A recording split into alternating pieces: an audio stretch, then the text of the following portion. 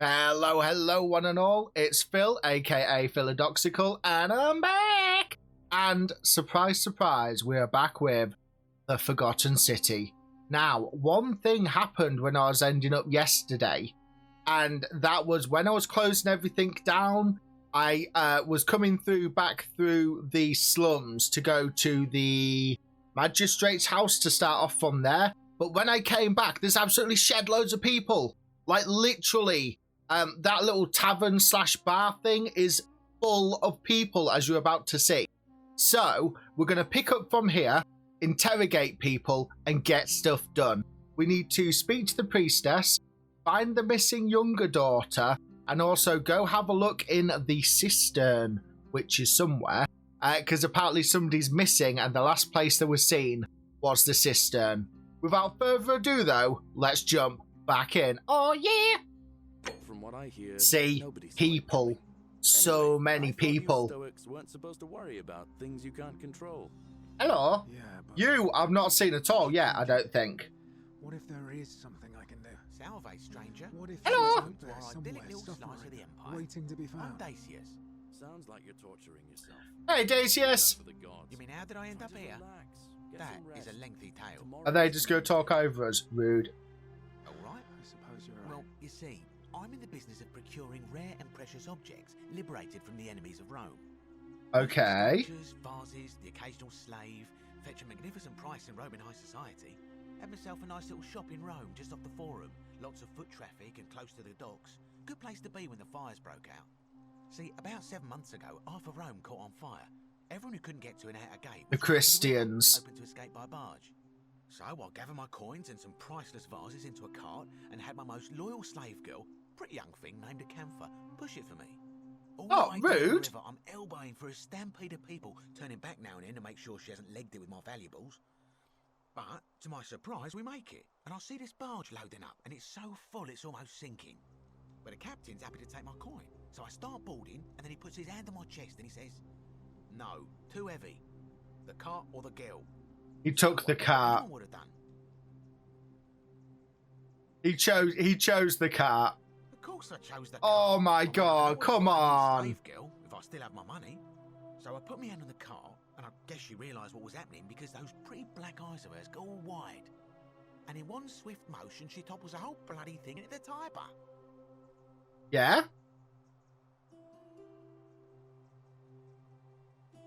No, he killed her. Or sold her. Naturally, I dived in after it, hoping to Oh, salvage my okay. fortune. Only, I guess I must have hit my head or something, because everything went black. When I came to, I'd washed up on the riverbank, not far from here, with nothing in the world but a single silver coin. Ooh. Oh, I want to go the bottom one. I want to go the bottom one so bad, but I'll probably get into trouble after last time. Thank you, friend. But it turns out it might have been a stroke of good fortune, because this place is a veritable treasure trove. Look around you. There must be more gold in here than in the treasury of Rome. If I can just figure out how to get it out of here. Oh, so he is looking for a place to escape as well. Afraid not. If you're desperate, I did hear that He- Aurelian yeah. Tavern claims to know of a way out, but For I'm not sure I 1,000. trust her. Some people here are a little shady for my liking. The only thing is, the lady who owns the bar was going to charge us £1,000 or 1,000 denarius to tell us how to escape. But when we said we didn't have the money, the first person she sent us to was the loan shark and said, "Oh, go see the loan shark." So I think that's a bit dodgy. Like they're Very up to reputation is what something. it is. There's so much gold just lying around, it's practically worthless. At least down here. Of course, I have an idea for generating real wealth, but what I need is a bow. Just a simple composite bow. I've scoured this city from top to bottom with no luck. But if you happen to find one, bring it to me and we'll talk. That seems dodgy. Oh, well, technically yes, but... Technically, Let's be a little yes. discreet.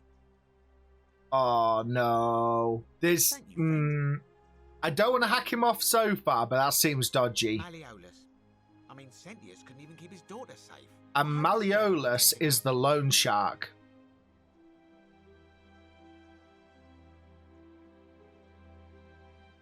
Ooh.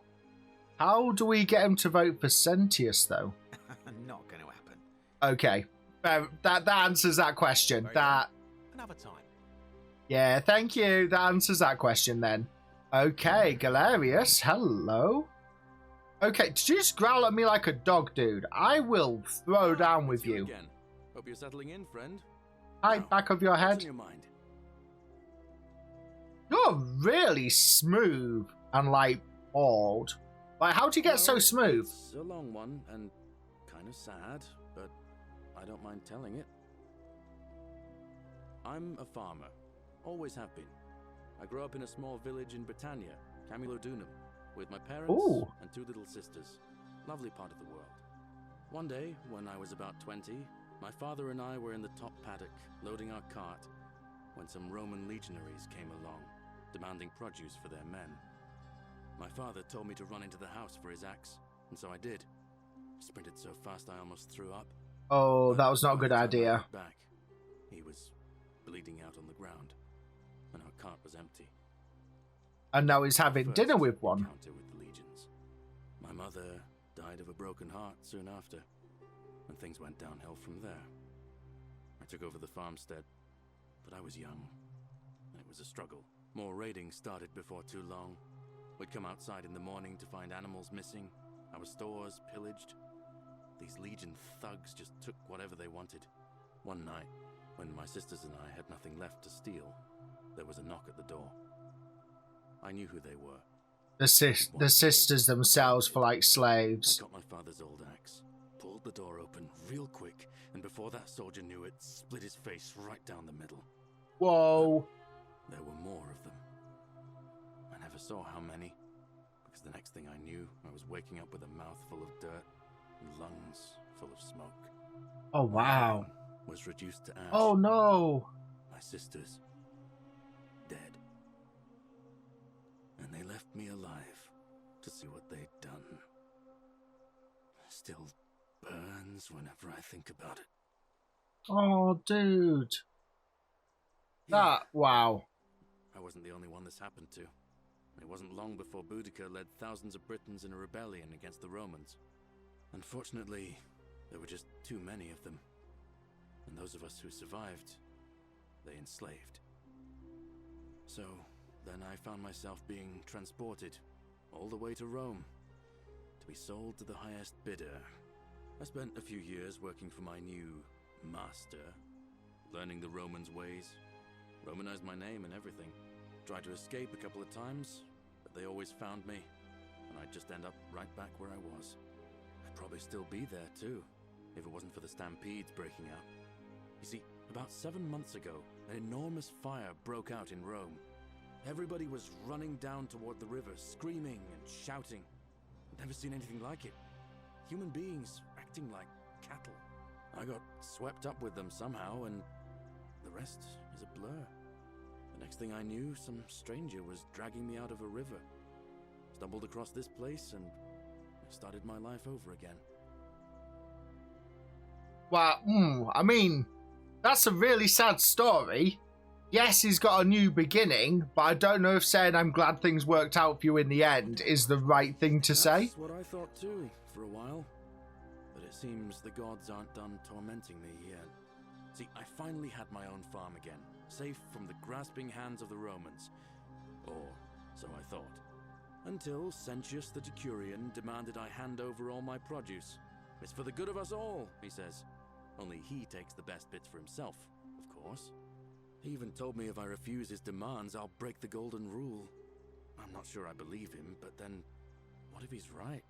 So, it turns out our dear old magistrate is no better than the legion thugs who took everything from me. And I'm right back where I began. But don't you worry, Nemesis is waiting. And he'll get his, one day. He'll get his. Forget I said that last part, will you? I get carried away sometimes. Okay. I'm gonna go we'll see. Oh, come on, don't be like that. Nah, that Anyway, was that's dodgy. enough of me That was rambling. very Was there dodgy. something else you wanted to talk about? the ending and just like how easily he said it. It's Oh, I don't but give a you much could thought understand these where days. he's coming I mean, from. everybody here's got their own view about what we need to do to survive. But I say, let's spend less time arguing about what it means to be good and just get on with it, you know? Well, as much as I'd love to get out of here, the harvest's always more fruitful in another man's field, isn't it? But Scintilla, Sentius's daughter, went missing a few weeks back. Could be she found a way out. If anyone knows for sure, it'll be her sister, Sentia, but she'd never tell the likes of me. The only thing is, she's not talking to me either, because I called her bluff last time, and then she told me to get out and never talk to her again. So that might be a bit awkward. I can't see how I could vote for either candidate. I don't like Sentius much, but Malleolus is almost as bad. Even I could do a better job. Me, a farmer, and I've never given a speech or put on a toga in my life. I mean, we could probably make that happen. I've bounced the idea around once or twice, mainly as a way of getting Dooley set free. God knows Sentius is never going to do it. But from what I hear, Malleolus has the election stitched up. Nobody's going to take him on and win. And maybe that's not such a bad thing. I mean, he talks a lot about freedom, so I'm hoping if he's elected, he'll release Dooley from his cell. That's good enough for me. Why is... Because he's the guy who on the register it says is unable to work because he's locked up. Dooley was just wandering around looking for some imaginary treasure. Now a magistrate accused him of being a thief. That's nonsense, of course. Dooley's the most harmless man you'll ever meet. But Sentius really has it in for him, for some reason. He's seen something or someone he shouldn't have done. Ooh, I like this. This is just getting deeper and deeper. Right, let's talk to the Centurions. Right. Yeah, so I've talked to you. Hello, who are you? Name's Oh. Wolfius. Better watch your step. Growl at me again, and we're gonna have a problem. Can't talk long. Got to stay sharp, but On your best behavior, I trust. families from Solutia on Tigris, Babylon province. But I've been roaming a long time now. Even joined the legions. The 6th. The one they call Ironclads. Ooh. Same way as everyone else. Yeah, but they've all had a very different variation of a similar story. Because we're all in grave danger. Is it not obvious? Because they're not allowed weapons, obviously. Magistrate made me toss it in the chasm. Stupid. Going to have to improvise now. If you were dealing with what I am, you wouldn't be either. And that would be... None of your business. Oh. In Troiti ipsum commensula. Whoa, what did you just call me? You better watch that potty mouth. If we have to. Yes, please. If I did, do you think we'd be having this conversation? Okay, we're really making a lot of great progress with Rufius. I'll tell you this much. I hate the fact that my survival depends on the common sense of other people. Oh my god, that is... Yeah, that... Then you know what I'm talking about. I mean, all these people just... I love that. Like nothing's wrong. Well, we're one bad decision away from being wiped out. Like the last lot of people who lived here. Seems like I'm the only one ready for what's coming. Whatever that is. And when it hits, it's everyone for themselves. You've been warned. That's definitely the wrong type of attitude. You're stronger together as a unit, as opposed to lone wolf. I don't know. But did you ever get the feeling some of these statues Yes. are watching Oh, us hell yes. from Weeping above? angels. Like they're waiting for something. I don't like it. Oh, election. Time to go to the theater. Oh, election. Election. Come, people, lead me.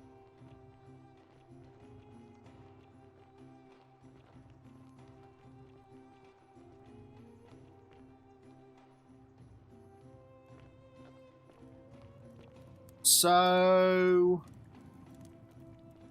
because of all the exploring we did last time and the amount of time we've taken, we've actually got to the election. Oh, okay, that might be a bit problematic.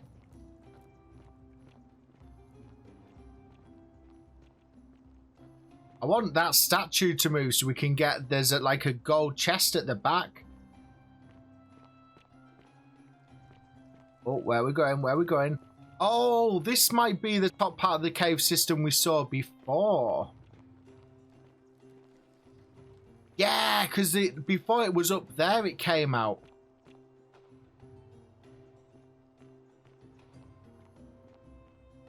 Oh, butterflies.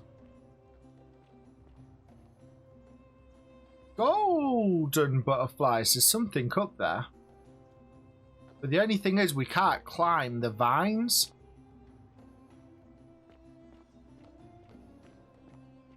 Right, I'm just going to have a look, see if this is where I think it is. And yes. That goes back into like the cave system.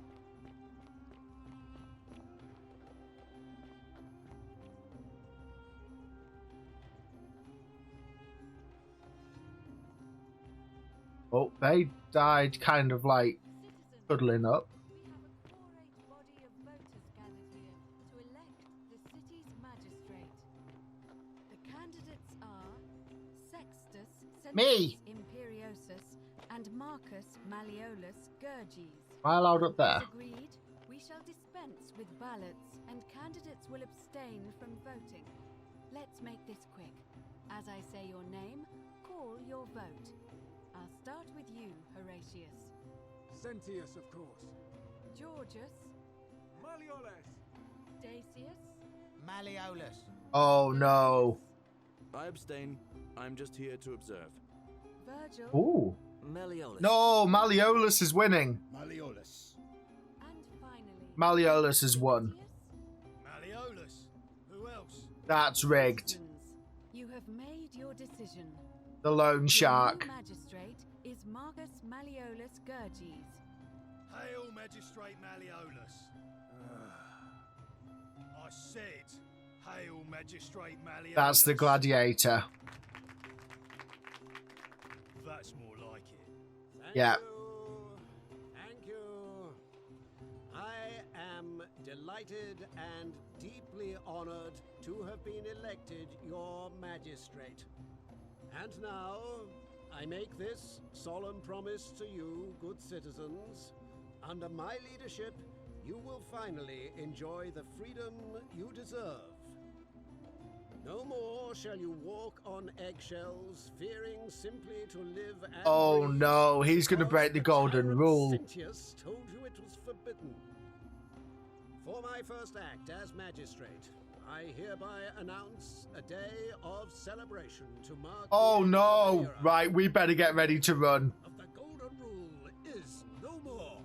Uh-oh. Golden rule is real, you idiot. Yeah. For his attempt to deceive us all, Sentius is hereby found guilty of treason. Do not kill him. against the Empire. What? I have committed no crime. And that's lies. Madness. His sentence: to fight for his life in gladiatorial combat. We're not against meant to be violent Sentius. towards each other. And now for your entertainment. Oh no. You have no idea what you're doing. You're Oh, going to get us all no. killed. Yeah. I exercise my right as a Vestal Priestess to pardon him. I will not allow you to do this. If any blood spill. Showing your true colors now, Priestess. Your corruption sickens me. Domitius, ignore her. Proceed. Please. Oh no. You'll doom us all. Lies. It is time the golden rule was exposed for what it is. I don't like this. This is going to go horribly, horribly wrong.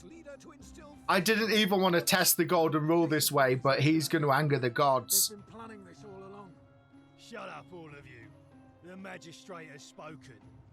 I'm going to enjoy killing you, old man. Yeah, Budge! Many shall suffer for the sins Oh, God! of the one. The ones with the bows are alive! Run! Do not look! Do not... Oh, Budge, where am I going? Where am I going? Run, Mother Fluffer, run! The ones with the bows are alive! What are we saying? What are we saying? Woo! Oh, he did! Oh my god! They tried killing me and it wasn't even my fault for once. What the hell is going on? I didn't even do anything, which is a first time for everything.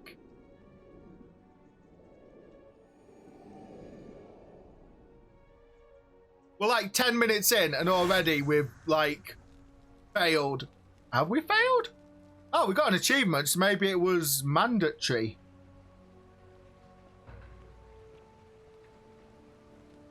Hello?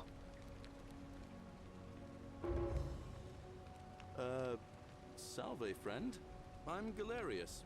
Mind Oh no, we have to start all over again. in the Shrine of Proserpina? I don't Ooh. think so. I've never seen you before in my life. Oh, Bacchus, how much did I drink Yeah, last night? there we go. Sorry to have bothered you. No, it's okay. Oh, and since you seem to be in a hurry, you should try out this device I made. Worked real hard on it. Oh, zip lines, yes. Just attach the pulley to the rope over the lake and hang on to the handles. If it works, it'll be faster than walking. And if it doesn't work, worst thing that can happen is you'll take a swim in the lake. I haven't quite summoned the courage to test it myself. But don't worry, it's completely safe. Probably. But you're not looking very confident. Look at his eyes. Right. Yeah. See you around. I mean, yay! Okay, let's try this bad boy. Oh, can't go down that one. Oh, it's just that one there. How do we... There we go.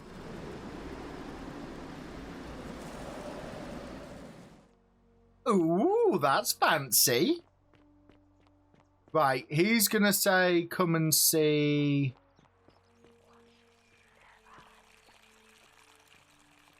Right, you. I've not spoken to the gladiator yet.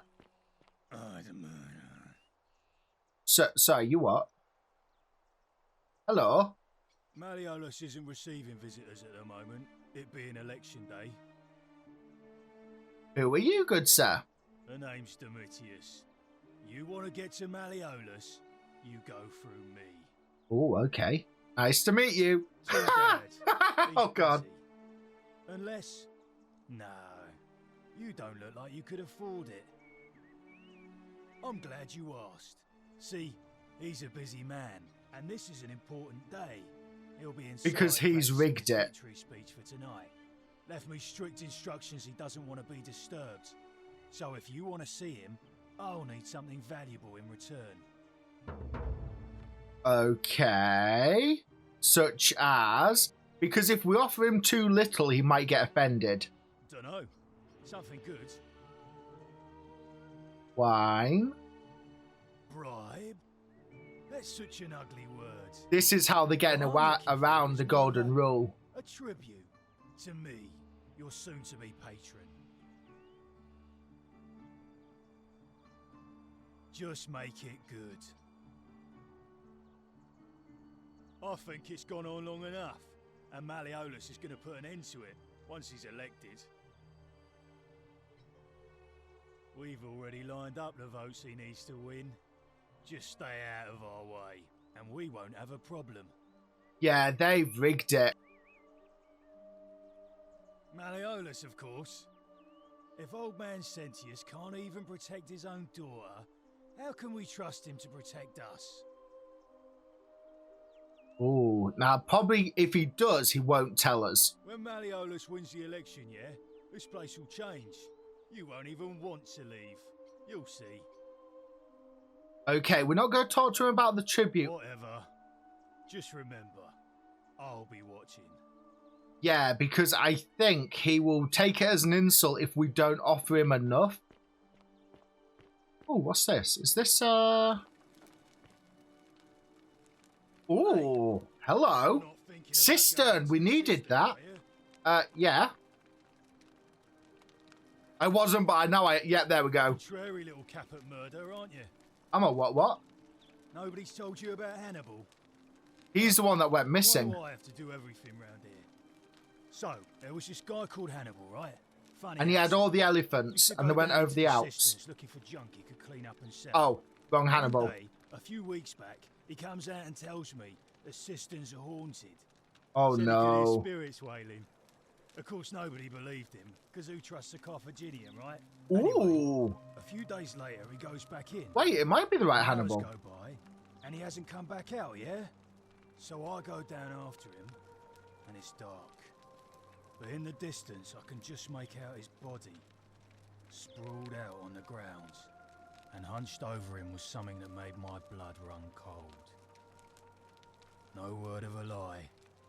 I saw a creature. Like the Oh. corpse of a man who'd been flayed. And it was eating Hannibal. Oh, we're going down there now. If it was a man, maybe. But I swear on my life this was no man. More like a Strix. Or some Versipelus that feeds on human flesh. I didn't stick around to see which. I should have taken the pistol and been the soldier. What any sane person would have done. I legged They it. get out of there and put a sign at the door to warn the others. Okay. Without a weapon?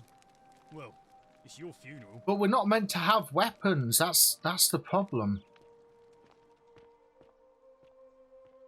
That door opens. This one also. Oh, I love this. Oh, there's something down here. It's going to be like Amnesia. And there's something in the shadows.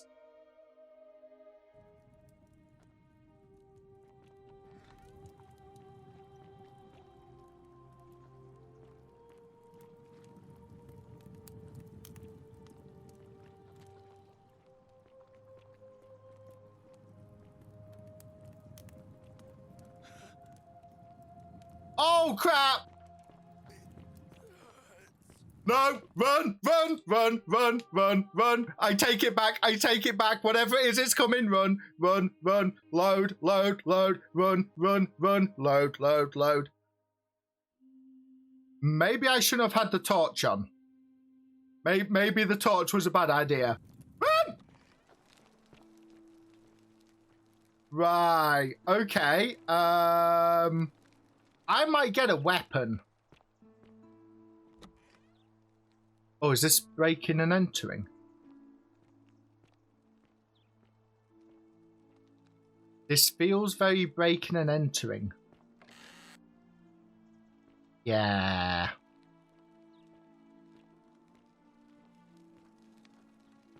I think this is breaking and entering. Should I ask that lady if this is breaking and entering? Hello? A new face. Ave, and may Vestal watch over you. I'm Equitia. To what do I owe the pleasure of this visit? I walked through the door and you were here. Oh my. I take it people are quite direct where you're from. I suppose it's quite charming in its own way. Aww. Usually, however, you wouldn't simply march up to a Vestal priestess and without due formality or courtesy ask, "What is your story?" Sorry, what should I have done? Let's be diplomatic. The proper approach would be to arrange an introduction through a mutual acquaintance. Oh, in come my on. office, by which time you would already know how to address me. And then you would find a way to satisfy your curiosity rather more indirectly. Be But to be discreet. honest, I've often thought what an unnecessarily formal way to communicate that is. So, let's wait, do what? it your way. You Okay. just keep being yourself and ask whatever you like. Oh, It'll be a come on. refreshing change. How are you? What do you do here? Let's start with that. Put simply, I tend to the temples, ensure their sanctity is preserved. And why do you do that? Why? So that we continue to honor our gods, invite their blessings, and not bring their wrath down upon us, of course. It's vital that we keep them appeased and remain in their good graces. Okay, and then now, what is the full job description for a Vestal priestess? You really don't know? You are from far away, aren't you? Well, I am one of the priestesses, charged with keeping the sacred flame in Rome's shrine of Vesta burning. I take it you know who Vesta is? Remind me. Vesta is the There we mother go. goddess of hearth and home, and the guardian of the Roman people. You know, I'm not entirely sure. But what about you? How did you end up here? I woke up. There we go. A young woman named Karen dragged me out of the river unconscious and sent me in here. Karen, you say? And nothing about that name seemed odd to you? It does.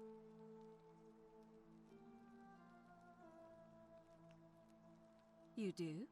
Well then, have you spoken with any of the others about how they arrived here too? I really All think you should. in the river. Go around and ask them what they remember, and see if you notice any. All in the river. And the river Styx is part of like Roman. Oh, is it Roman or Greek mythology? I always think Greek mythology, but the Romans Good. and Greeks shared similarities, but different names. I just don't want to see what happened to Livia happen to you too. Oh, thank you. Up until a few weeks ago, she was a perfectly productive member of our little community, darning clothes and cutting hair. She was always so chatty, always seeking out newcomers and asking them where they were from and how they wound up here. And then, about a month ago, she suddenly changed. She withdrew, stopped. She saw something she shouldn't have. Started muttering to herself. Galerius and I visited her to see how we could help, but she just looked at us with this haunted stare, called us bloodless shadows, and told us we were ignorant of some pattern. Look, it could be unrelated. Perhaps she simply fell ill. Or, as Galerius suggested, the weight of the Golden Rule was too much for her. But there is a small chance that she learned something, saw a pattern nobody else saw, and that it broke her. I just The don't want to loops. see that happen to you. So be careful, will you? Oh, yeah, thank you. Thank you. Now, go and follow the thread of truth through this labyrinth, and come back to me if you discover any patterns.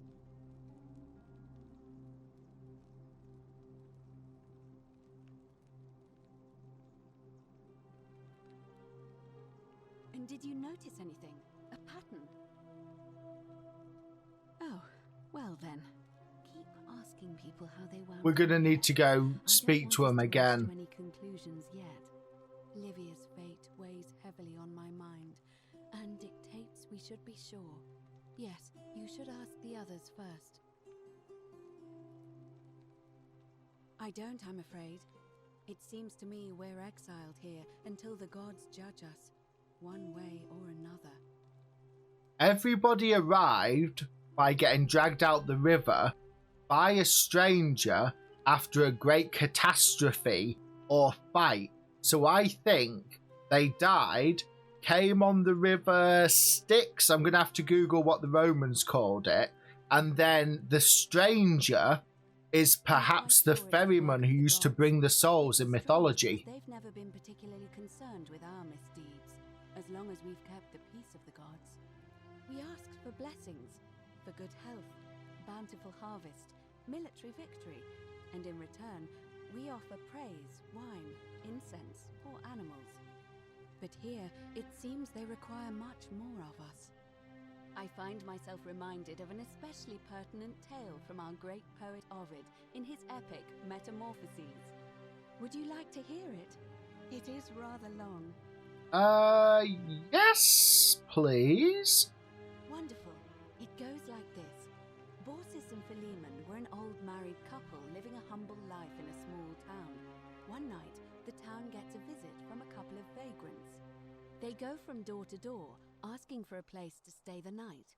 Of course, being vagrants, they're turned away sharply from house after house, 1,000 in all, until finally they come to the little cottage where Baucis and Philemon lived. Now, the kind old couple had very little to offer, but nevertheless, they invite these strangers into their house and offer them food, wine, and a place to stay. Immediately, the guests make themselves at home. They begin gulping down the old couple's wine, so much so that Borsis, the old lady, begins to worry they're going to run out. And then she notices something strange. Her wine pitcher keeps refilling itself, as if by magic. Realizing only a select few possess such powers, says to her husband, Philemon, "I think these men are gods in disguise." Immediately the couple begins apologizing for offering such coarse wine, and the vagrants metamorphosize and reveal themselves to be Jupiter, the king of the gods, and Mercury, the trickster god. They confide they didn't mind the meager offerings. They were just pleased that someone in the town offered them hospitality. Then Jupiter says to them, "You have passed our test, but everyone else in this city failed, so we are going to destroy this place and everyone in it, except you, who we will grant a wish." So old Borsis and Philemon escape up into the mountains safely, and they receive their wish, which is for eternity together. Meanwhile, Jupiter carries through with his threat and wipes that city off the map. Some say the moral of that story is that we must all honor the sacred rituals of guest friendship, the reciprocal obligations owed between hosts and guests. But I like to think it's that we should always show compassion for those less fortunate than ourselves. I 100% agree with that. I'm pleased to hear it. Wow, this is deep. By dusk, just the same as any other official business. It'll be between Sentius, the incumbent, and Malleolus, the challenger. Why do you ask? It seems rigged.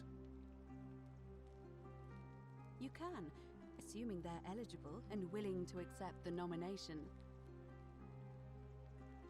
I like the idea, but I know Galerius well, and his position has always been that he won't run unless Malleolus withdraws. Because he'll get Only threatened. yesterday that he said to me he'd only ever run if it was absolutely necessary to make sure Sentius wasn't re-elected. So, I suppose if you'd like to see Galerius elected magistrate, you'd need to persuade Malleolus to withdraw somehow. Oh, okay. I'm responsible for announcing it and making sure the procedures are followed. All of the male citizens who are willing and able to attend, unless they're running, of course. But only the males. Well, you're not a citizen yet. Ah, okay. No, I'm afraid not. But if it's any consolation, there are other ways to influence the outcome Bribes. of an election. Or gifts. By using whatever gifts the Yeah. gods gave you. Nothing untoward, of course. So what she's suggesting is I go around sleeping with people. That's what I'm reading into Come back that. to me once you've acquainted yourself with the rest of our neighbours. Oh, I'm gonna have to go around asking them all the stories again.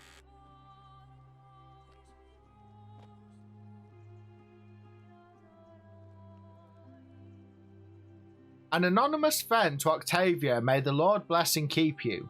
I am sorry I could not risk discussing this with you in person, but if I am right, then you're a believer like me. You may not be able to worship openly here, but know that you're not alone.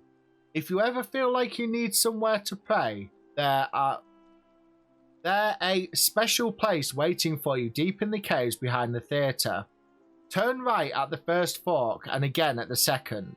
Now we know where that is, it's like a Christian shrine. The only thing is though, some of these letters, it's kind of like broken English. So see that's tempting, that's tempting. So yes, I just need to be careful to read it exactly as it's written as opposed to trying to change it. Right, okay, let's have a look-see. So the priestess seems like a nice lady. I hope she survives my murderous rampage. Okay.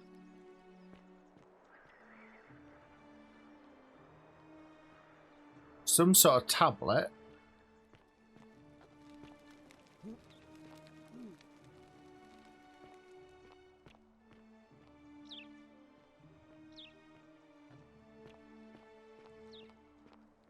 Is this off the beaten track for a reason?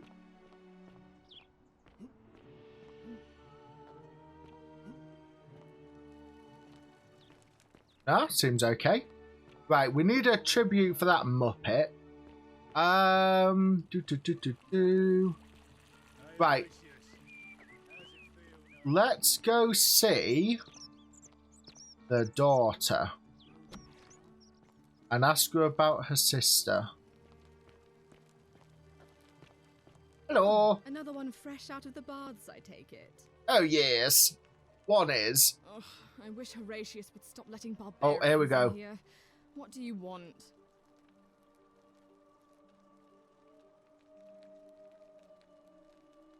I'm Sentia, eldest daughter of the magistrate. But you'd know that if you'd been invited in here and introduced properly. Can I skip her being What rude? are you doing in here? And why are you Charming. We can't ask her about her sister. You know, some people say it's the creation of an all-seeing. But what kind of an... There we go. Oh, I'd say it to their faces if they had the courage to show themselves. Did you hear that? Curse you, you coward! There we go. What do you have to say for yourself? No response. I'm telling That was you, reckless. this mysterious god of ours. Asleep either on the that- job. Oh, and I suppose I'll just have to take the word of a know-nothing barbarian who just arrived. Ooh. I trust Right. you can see yourself out. Okay, so we do literally have to remember the dialogue choices to get the dialogues going back to where we need them to be. That's the... Oh, that's not the chasm. Is that a cave? She will guide you. She will guide you. On your best behavior, I trust. Oh, I'm always well behaved, mate. Always. Like, properly well behaving and everything. Any news about Centilla, Navia, or Kabash? No sign of any of them, I'm afraid. But we do have a newcomer. Strangely dressed fella. Funny accent, too. I'm literally stood right behind you. Rude. Ooh, marketplace.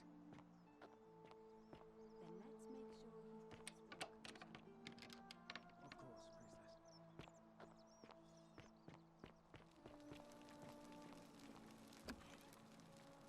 Ooh, apothecary.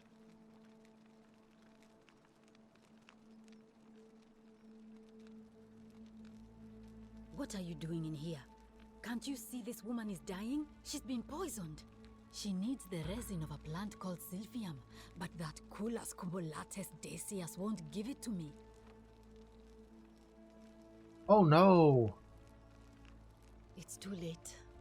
She just slipped away. Oh no. She was poisoned. She came in here frothing at the mouth. Normally, I'd treat her with resin of Silphium, a rare plant which is perfect for this sort of thing. And I knew Decius had some at his market stall, right around the corner. But because you So I wanted ran it, over he there, upped the but he prices. just looks at me with this evil smile and says, "That'll be 1,000 Yeah. denarii." There was no way I could afford that, and he knew it. Then that toad shrugs and says, "Supply and demand. I guess you don't value your friend's life that highly." Anywhere else, I'd just pay a thug to steal it from his stall. But there's no way I can do that down here. With I the mean... rule. So all I could do is come back here and just watch her die. I kept on apologizing. And now I'll never know who poisoned her, or how they managed to do it without breaking the golden rule, or why she cursed that snake's cruel black eyes with her dying breath. Oh, okay. Well, unless you have the power to bring someone back from the dead, there's really just one thing you can do. get me that silphium resin. I'm going to have another patient in here soon. Could be in the next day or in the next hour. And I will not allow this to happen again. I don't care how you get it, but you have to make it happen. Because if I lose another patient this way, I swear to the gods below, not even the golden rule will stop me from marching up to that Genetricum Fututo and scratching his eyes out. Damn. Then you'd better get me that silphium quickly, hadn't you? I like her. I like her a lot. She's passed. And that's it. Some people just in the state of an emergency just get really greedy.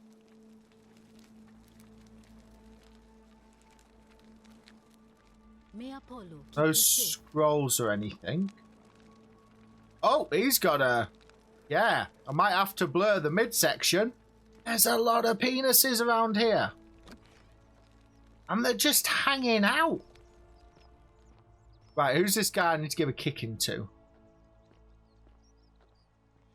So I think if I give him a kicking and don't kill him, that should work. Welcome to my humble store. Hello! Now have a look in your chest. But not steal. Because that'll probably get us all killed. Well, I thought that was blood then. It's actually a carpet. This part of my shop is off limits. Even for you, my sartorial friend. No worries. My apologies, sir.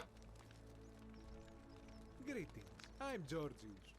It gladdens me to see another foreigner in our midst. We must stick together, you and I. And yeah. I must say, my sartorial friend, your clothing is most extraordinary. Thank you. Boots in place of sandals, trousers with precise stitching, and such a curious design.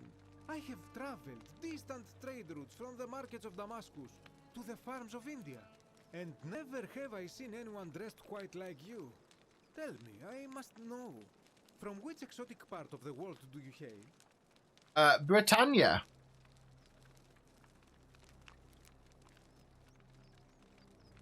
And now you have me more intrigued than before. But since it appears you do not wish to share, I will wait until we are better friends. Oh, Georgius, I love you. Come on. To know one another. But for now, do you require assistance? I know you do not require clothing, so information perhaps? Oh, yes, please. My story? How kind of you to ask. I am a tailor and I run the humble shop in the forum. A good question. A very good question indeed. And I would be happy to tell you if only I could remember it clearly myself. I remember I had just been to Rome to sell an extraordinary selection of wares, and droning in coin, I decided to celebrate my success. I rented a prestigious villa by the Tiber, invited over a few select friends, and we began making our way through some of the most exquisite wine money could buy. Quite a lot of it, in fact. Now, I have had visions and awoken in strange places before. I have even found myself naked in the desert sands more than once, but none of that compares to this. This time, I remember people screaming, then falling the into fire. a void as empty as time before creation, gasping for air, and then nothing. When I regained my faculties, I was lying naked by the banks of the Tiber, gods know how many miles from my villa. Indeed, I'm lucky I was carrying a little extra weight. I believe it kept me afloat. In any case, added to his like buoyancy. Resuscitated by a benevolent stranger. I went for his campfire, stumbled across a cave, and that trapdoor temple, and here I am. Oh, okay. You mean to say, with all the turmoil and terror of the Golden Rule, and so few customers, why bother? The river and the stranger. I'll tell you, it is precisely because of the Golden Rule that I wish to remind my friends of the importance of looking one's best. I say, the more of our customs we preserve down here, the more we can preserve a semblance of normality, the better our chances of keeping our heads.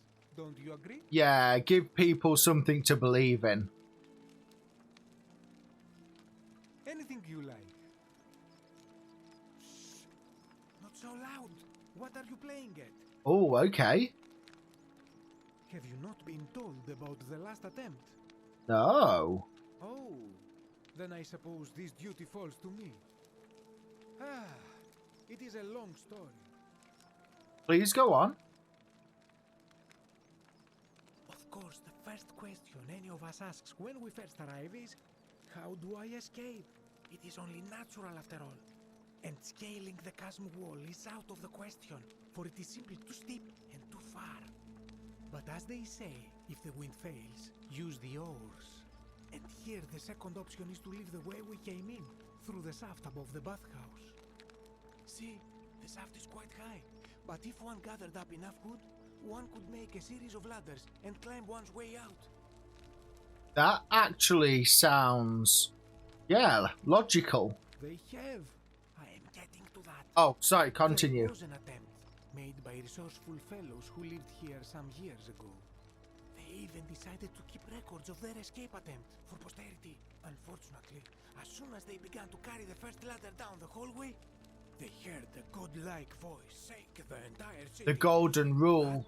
That, tragically, is where their tale ends. So it seems that to merely attempt escape is to invite the wrath of whichever god oversees this place. And so I say, it is best to not even discuss it aloud. Thank you for the looking out, sir. Ah, yes. The many shall suffer for the sins of the one. As a Greek, this is nothing new to me. It is how our gods operate. Have you not heard the tale of the god Hades? He was the Great game, by the way. Lesson when he abducted Persephone and imprisoned her in the Underworld. When Demeter, the mother of Persephone, learned of this, she did not punish Hades, the guilty one.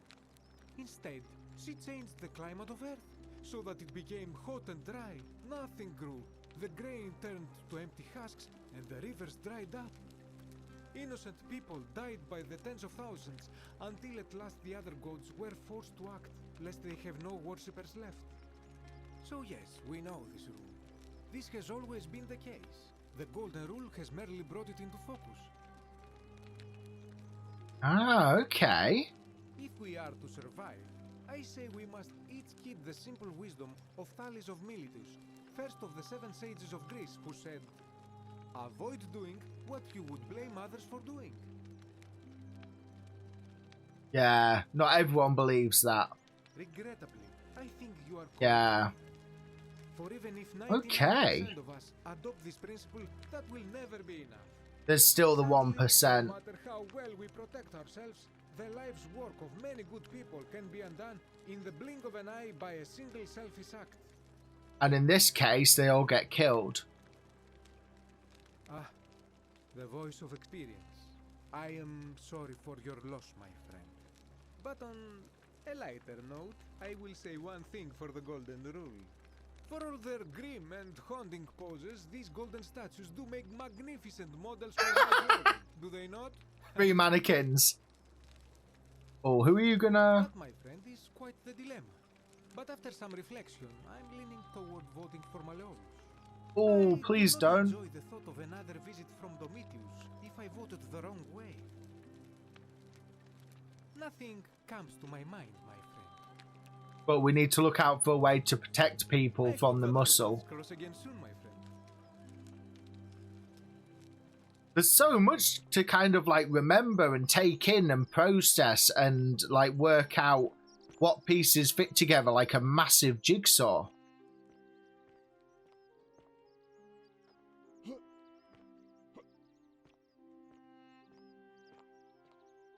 Not that we can get to at the moment.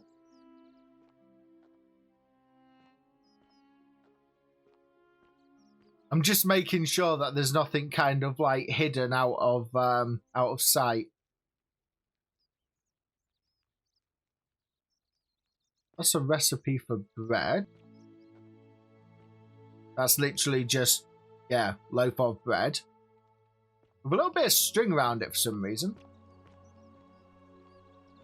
Probably to help it keep shape.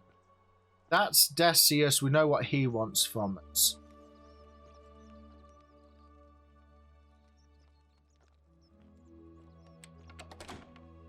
Ah, okay, that's locked.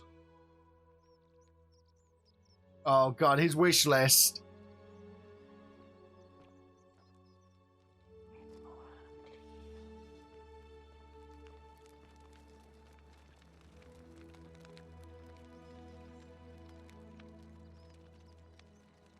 A hidden key.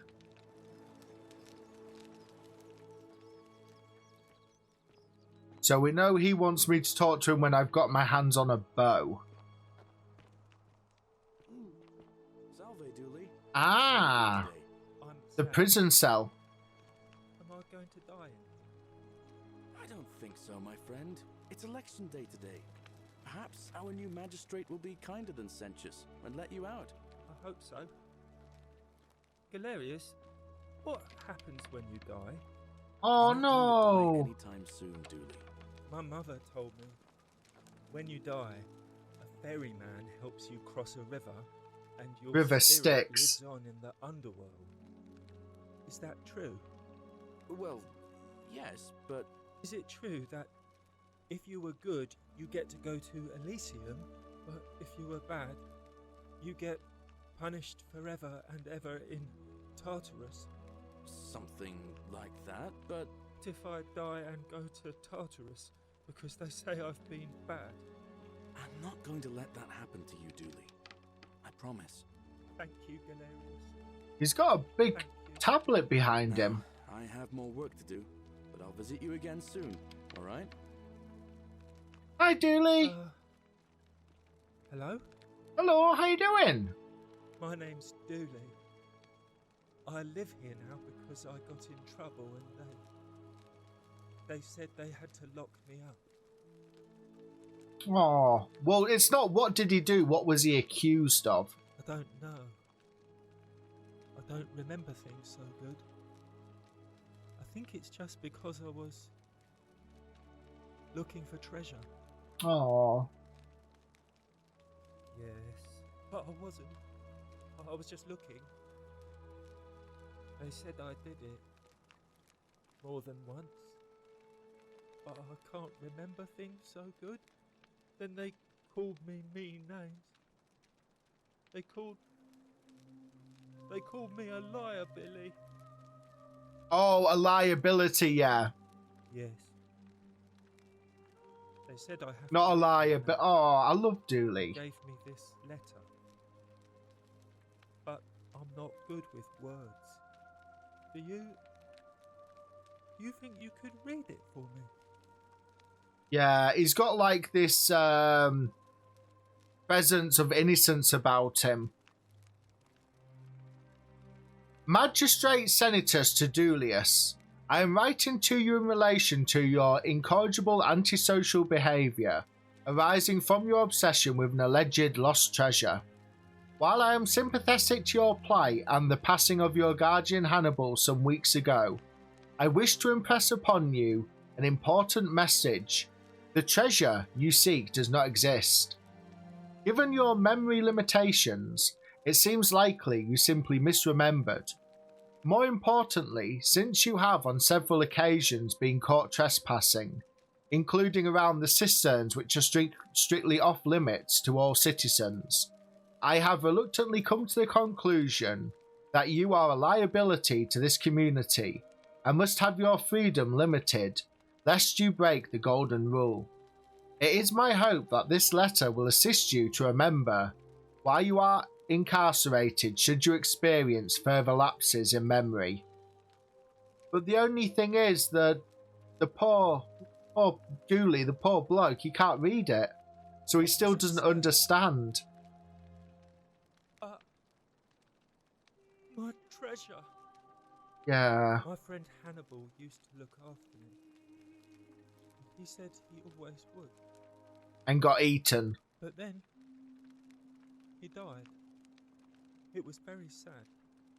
He said, if anything ever happened to him, I had to find something very precious hidden away. He gave me this key and made me promise to keep it safe until I found the treasure. But I couldn't find it. All I remember is he said something about the cisterns. which is But where when I he went was up to found the high dead. one, they put me in here. Now nobody looks after me.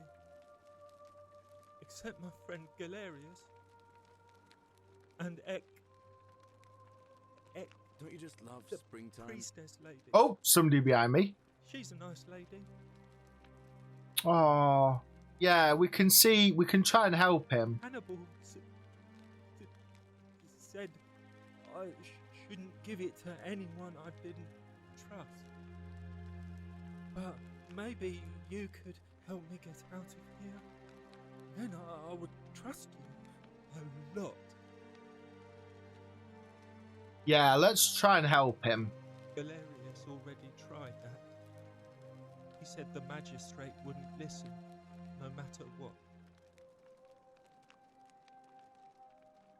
Like, Galerius? He's nice. I like Galerius. He made me a Julie's doll and bed everything. is the one that we found in the You help slums. make him magistrate. He can get me out of here, and I can give you the key to my treasure. Hannibal said it was in the cisterns. I can't remember what it was, just that it was way up high and very precious. I'll see what I can do. Yeah. You're Oh, going to bless get me him. out of here. Really?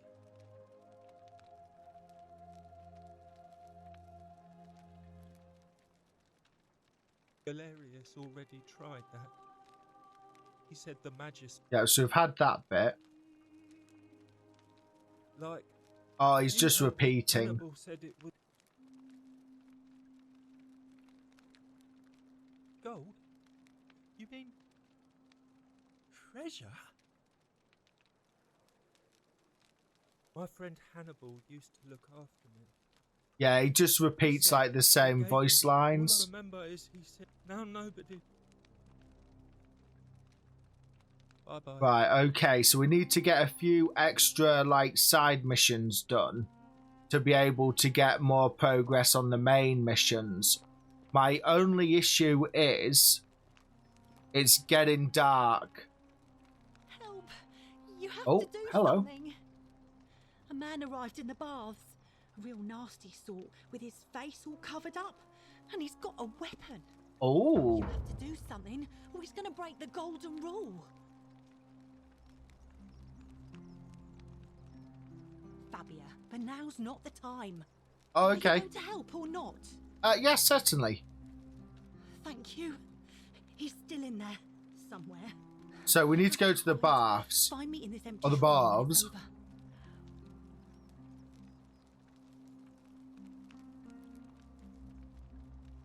What? We don't have time for this. I have to go. The voice said no, though. Ugh. Oh no! It's making me what? Oh, it's making me watch. It's collapsing. Oh! Oh no! Wait. Wait, what? Fabia, no! Oh God, she's dead. The Hang devil on. did that. The whole shrine just collapsed on her. Oh Fabia, why did you have to go in there? The golden rule didn't kick in.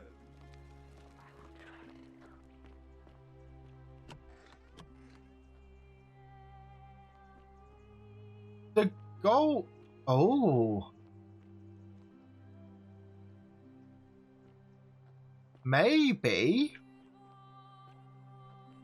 accidents don't count.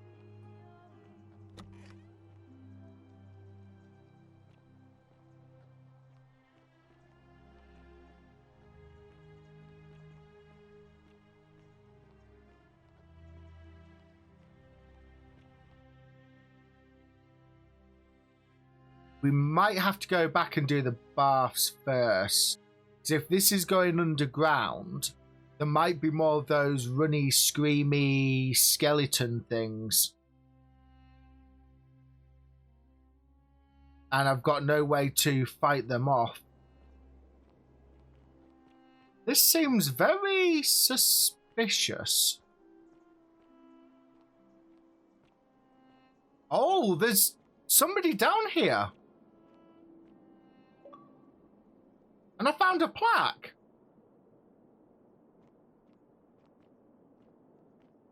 Hello? My name's Corn. How are you? You carry the gift of Prometheus in your hand. Remarkable. You mean the torch? Oh my god. May I ask your name? Certainly, I'm Corn, sir. Hello. It's a sincere pleasure to meet you. Who are you, though? What brings you all the way down here? Discovery. Then perhaps the fates brought you here to learn the secrets of this place. I will tell you everything I know, but first, a request. I have been living down here alone for many years, with nobody to talk to but myself. Why doesn't he go topside? For above all else before I die is a good philosophical argument with somebody astute. Oh. I'm hoping that person is you. Oh, Let us God. find out with this simple question. Have you deduced the name of the god responsible for the Golden Rule? No, not yet. You have much to learn.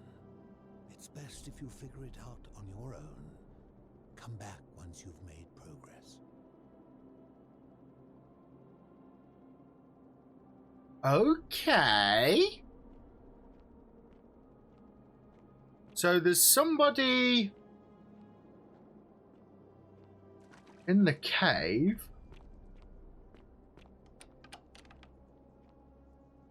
Can't get in there. Actually go in the water. It's not really much.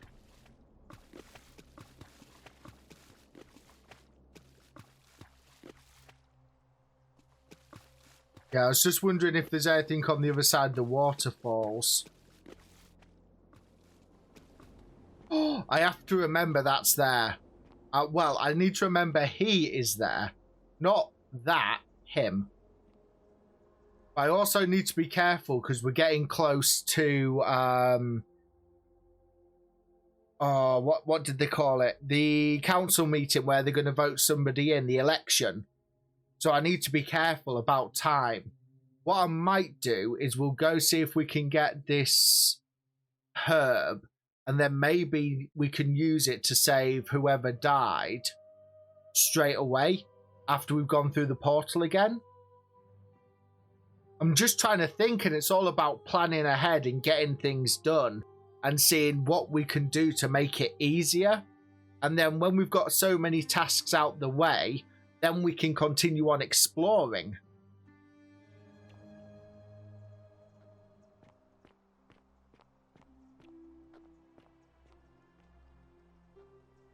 But why does he not come upstairs to talk to everyone else? That would be my first query. Right, let's get this bathhouse investigated.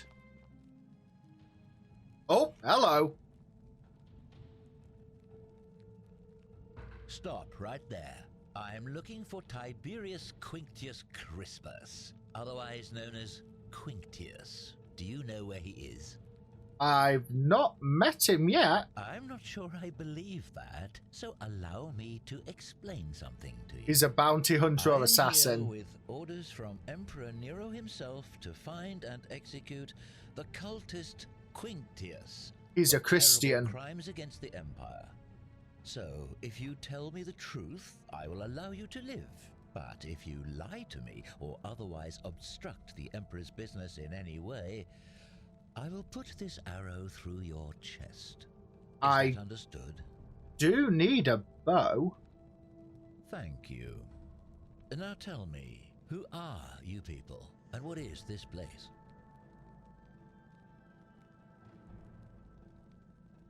Oh, how very welcoming of you. Yeah, I'm trying it. Down. Is that well, it? oh You're God. not going to get your claws into me. Okay. I was told Quintius was a cultist, but I never thought he'd be foolish enough to lead me right to the heart of his mystery cult. We're not a cult. Oh, don't play coy with me. Christians. I don't care if you're worshipping Bacchus, Magna Mater, or Christ. You Yeah, lot are all Christians. the same to me. Always sneaking off to your secret sanctuaries, indoctrinating each other with your little mantras.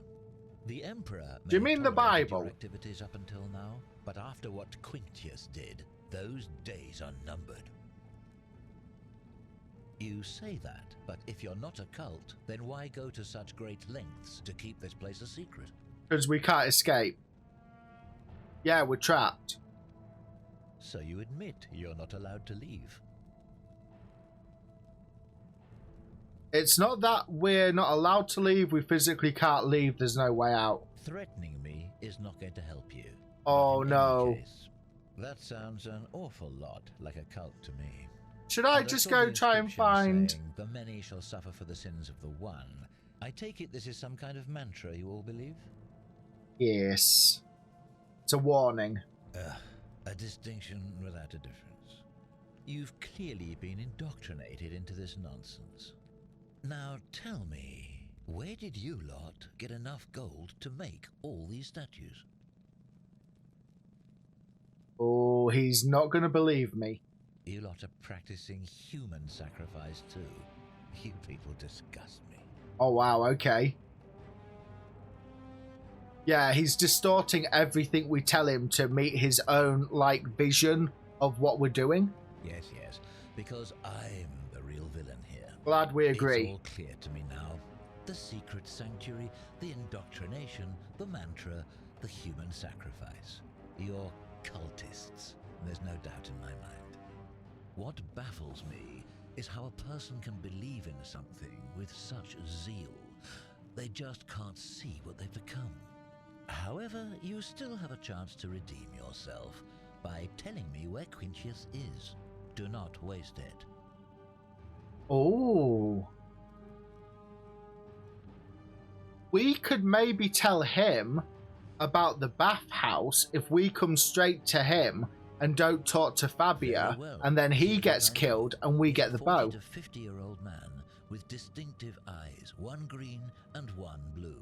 He's also known to have delusions of grandeur.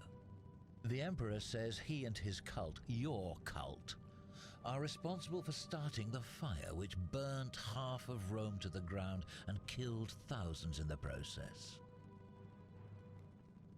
Oh, okay. All I know, all I care about, is that the Emperor believes he is guilty and wants him dead. The details are not my concern. This is your last chance. Are you going to tell me where he is or not? Yeah, we don't know. Then you're of no use to me. Do you have any last words? Oh, do not say Jesus Christ. Oh, you said you wouldn't kill me if I told you the truth the last time. I'm not a cultist.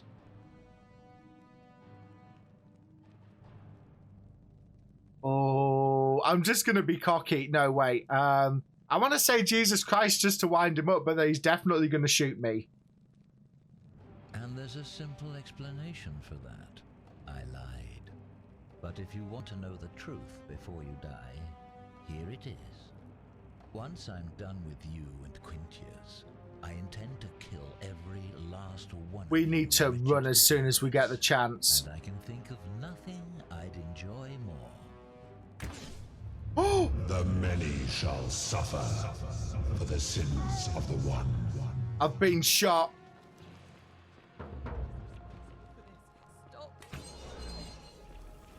Oh, why is this happening to me? Whoa! Excuse me, Weeping Angel. Oh, they're shooting. They're shooting. They're shooting. Whoa! Duck and dive. Duck and dive. Oh my god, we are legging it exactly the same as before because we know the portal gets opened. Oh god, I got clipped in the butt cheek.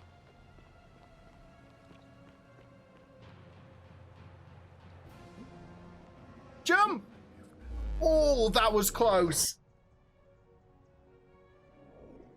I thought if I was honest and talked to him, we could talk him down, but it was a no-go.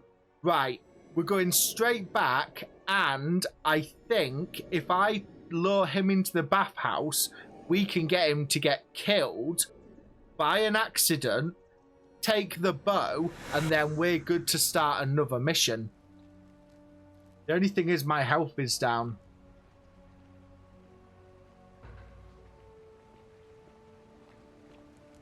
Hello? Salve, friend.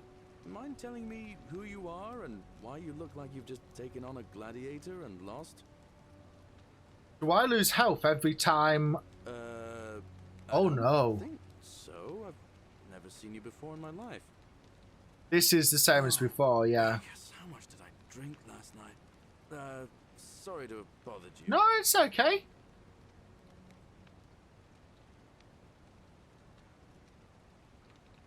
Right. What I'm going to do is zip line across, go see the assassin straight away, tell him that the person he's looking for is in the bathhouse, and hopefully, if I avoid Fabia... Oh, please don't do this. No, please don't do this. Oh, no. You have to do something. A man arrived in the baths. A real nasty sort, with his face all covered up. And he's got a I thought we could avoid this. You have to do something, or he's going to break the golden rule. He did. Thank you. He's still in there, somewhere. I have to hide. No, no, no, no, no, no. When it's over. We need to... No, she can't go in there. What? Why? It's unstable. All right, fine. Ah, there we go. Instead, please be careful. But we can tell him that they're in the bakery. Yes, we saved Fabia. Or Fabia. Right, now we tell him... Stop right there. Quinticus is in the bathhouse. Tiberius Quinctius Crispus. Quintius, sorry. Otherwise known as Quinctius. Yes, the bathhouse. Do you know where he is?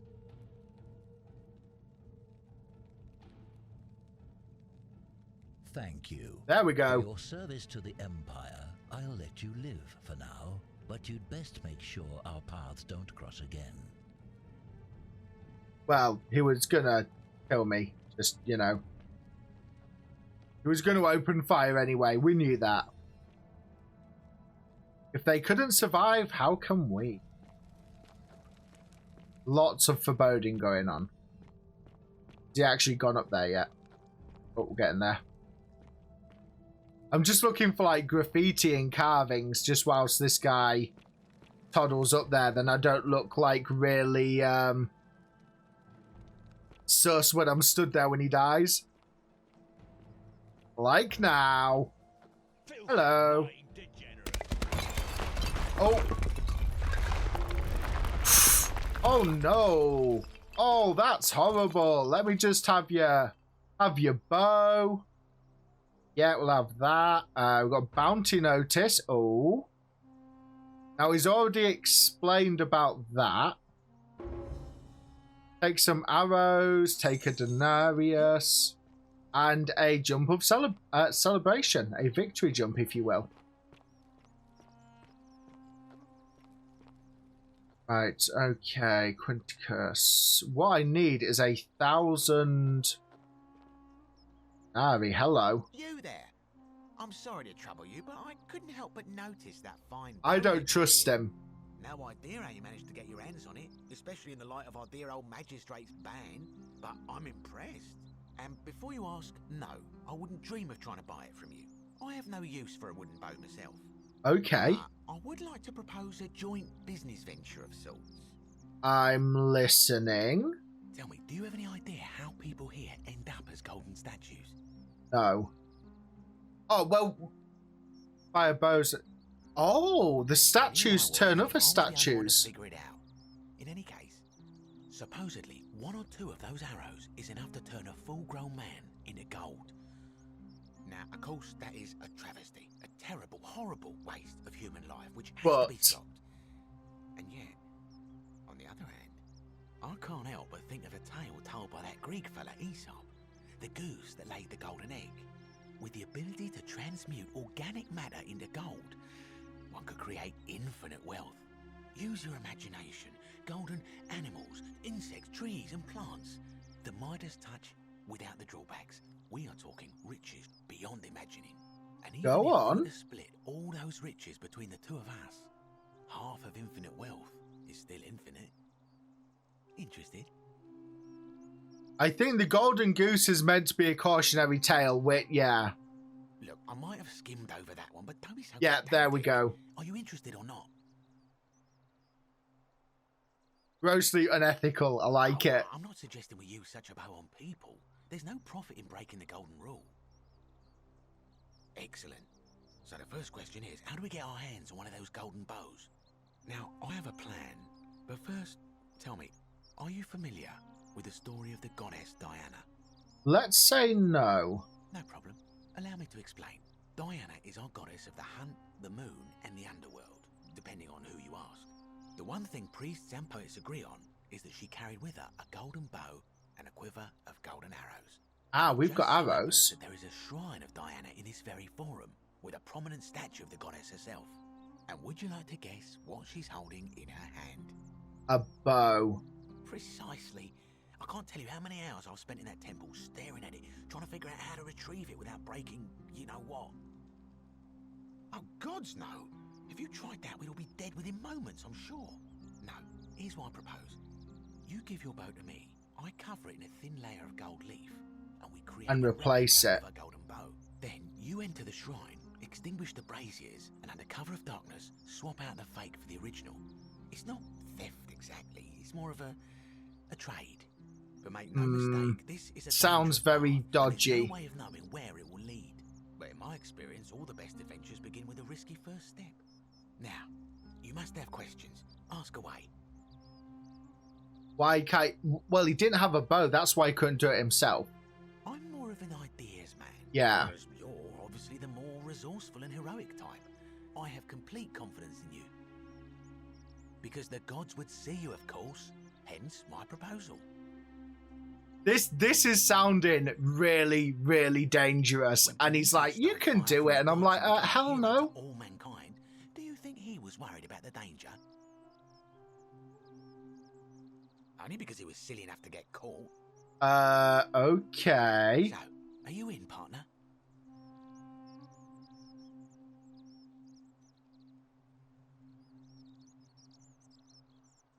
Action or horror? Oh, I'll do it. Wonderful. Now, if you'll hand over your bow, I can get started applying a layer of gold leaf.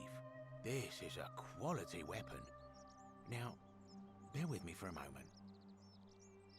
He's literally just going to do it out in the street. A gold leaf bow.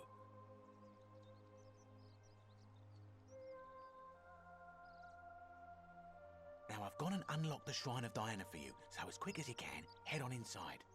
It's just at the end of the street on the left. May the gods not watch over you. Oh, this is going to be sus. This is going to be so much sus. So that's the resin we need. Wait, how much do I have on me? Oh, 867. So close, but no cigar. Oh, graffiti. And a Virgil. Hello, Virgil. Hi. Ah, a new face. Salve, and welcome to a little community. My name's impossible to pronounce for most people. So Nordic or German? Look, I haven't done anything wrong, if that's what you're thinking. Somebody just has a problem with my preference for male. Because he's into same-sex relationships. Yeah. Aww. And when you grow up in the north, as I did, in the city of Noviomagos, you expect a bit of hostility. The Batavi are not known for their tolerance. I saw enough friends killed or driven away to know the cost of not keeping your personal affairs to yourself. So I hid who I was for, what was it, nearly 10 years?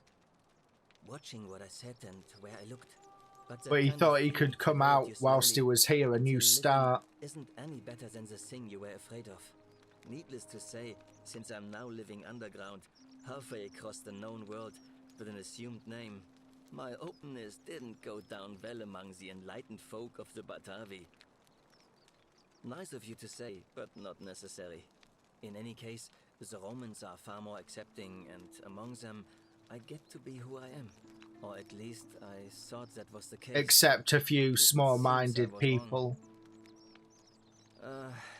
It's not just graffiti. I have quite a collection of handwritten notes too. The strange thing is, I keep my personal affairs to myself. I've never really been interested in any of the men here. Not my type. So I'm not sure what I could have done to upset this person.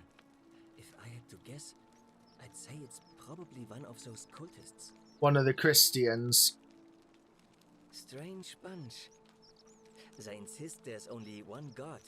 Yeah. And that he considers my nature a sin. Can you believe that? If there are any of them here, they won't admit it.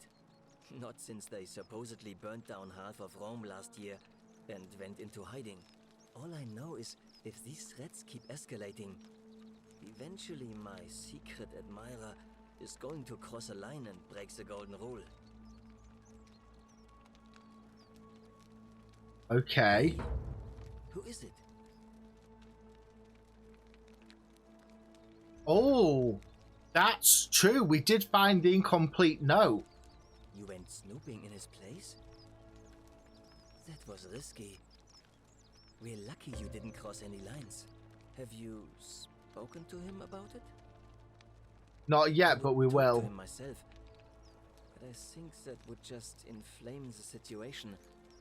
It's probably best if you do it, if you don't mind. Certainly. Well, I'm an architect. Or at least I was back in Rome. That's probably too grandiose a term to describe what I do here. Help out with repairs and try to stop old buildings from collapsing on people. That kind of thing. About the bathhouse. You might want to know. The ingenious architecture or mysterious history of this place. Tell me about the temple, yeah. The great temple? This one's a bit of a mystery. Given the way it's positioned so prominently, looking down on us, it's clear that whoever built it felt it was the most important temple in the city. Unfortunately, someone else went out of their way to keep its purpose a mystery. You see, usually a temple is dedicated to a particular god, like Proserpina or Diana or Apollo. Usually, that god is obvious. But in this case, it's unknown. There's an obelisk on the front, which probably used to bear the name of this unknown god. But it appears some barbarian defaced it. And of course we can't get inside because it's locked up tighter than the Temple of Saturn in Rome. And that contains the treasury.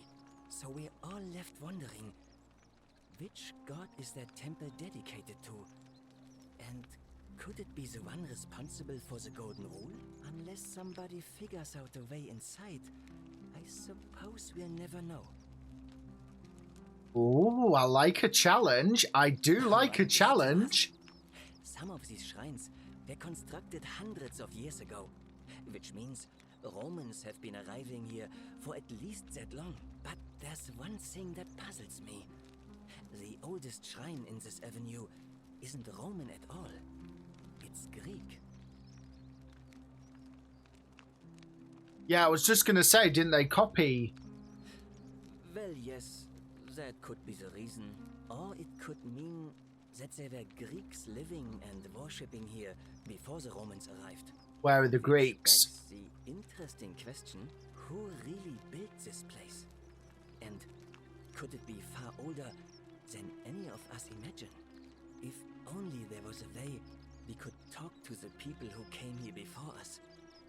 The stories they could tell. and the secrets they could impart. This architecture's been standing for hundreds, if not thousands of years. Gladly. Personally, my favorite thing about this place is the aqueducts. Those series of adjoining arches.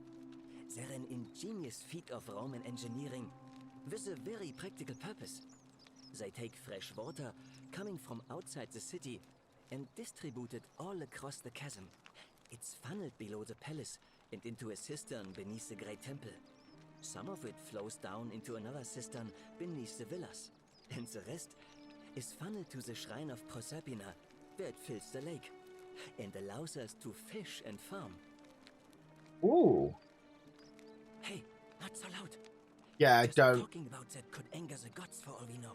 I'm not saying it's impossible, but you'd have to find a way inside somehow.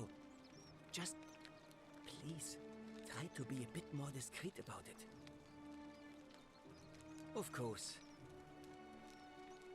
Right, so we won't ask about a way out of here. Some people say it's because he's just answered the that. work of a god, but I'm not so sure.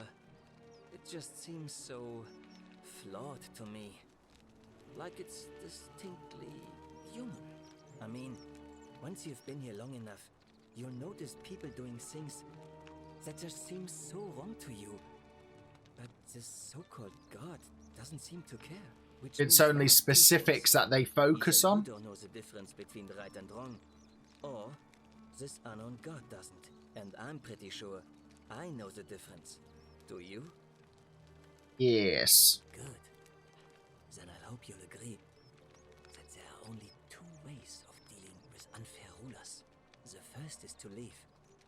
The second is to remove the ruler from power.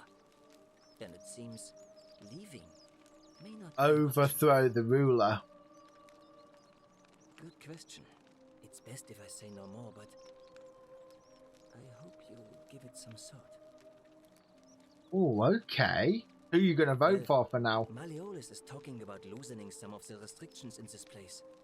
And while it's all a bit vague, But again, he's the loan shark, threatening people. my vote isn't for sale, if that's what you're asking. But if I found a way to overthrow the god, he might side with me. Virgil might be a bit more open to seeing things my way. Right, so we've got to go see Rufius.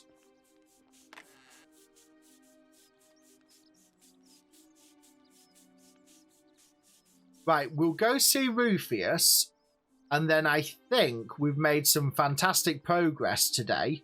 However, my last act, after I've spoken to Rufius, is going to be to come back, to swipe the resin, and to leg it all the way back to the portal. That is going to be my suicidal plan. Oh, Rufius is here. Hey, Rufius. I thought I had to go find him in the tavern. Rufius, better watch your step. No idea what you're talking about?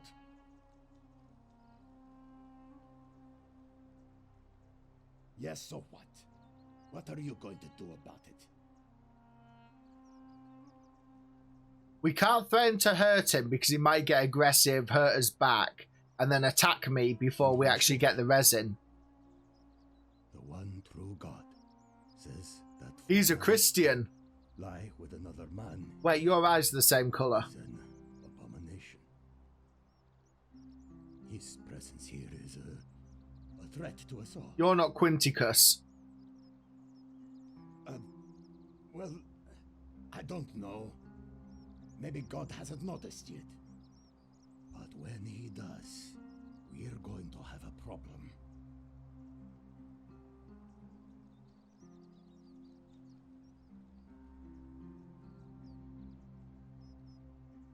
Is a bigger threat to Virgil's.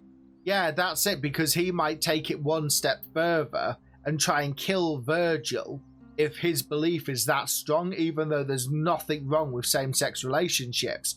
He's just such a bigot, he might go the extra step to make him stop. Well, I wouldn't get so angry if he wasn't. There we go. You know.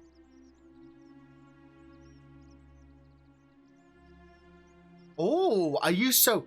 maybe that's why he's lashing out, is because he doesn't like the fact Virgil can openly express feelings he's also having. I don't like where you're going with this. You'd better take that back before I make you. Oh, I'm doing it. He's faltering. I have no idea what you're talking about. And unless you want your jaw broken, I think it's best if you don't ever talk to me again. That's it. That he wants Virgil, or he's jealous of Virgil. And we tell Virgil that's what it is?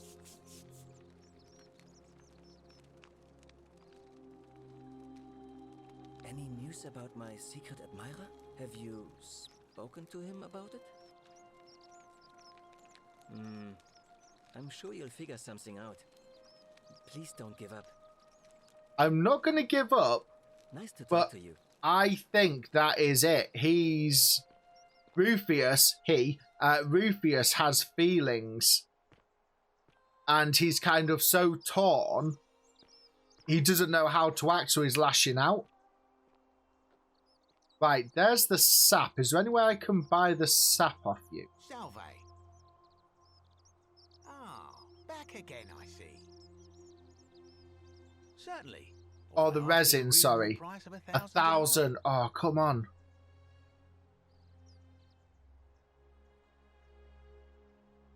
How would I come up with 1,000 denarii? He's going to say go to the loan shark. That's hardly my concern. But if you get a job, work hard and save your coins, you should be able to afford it within, say, 5 years? Oh, I could steal it on the way out. Oh, it's perfectly legal. Simply a question of supply and demand, I'm afraid. Take it or leave it. I mean... Hear what? You sure you're feeling all right?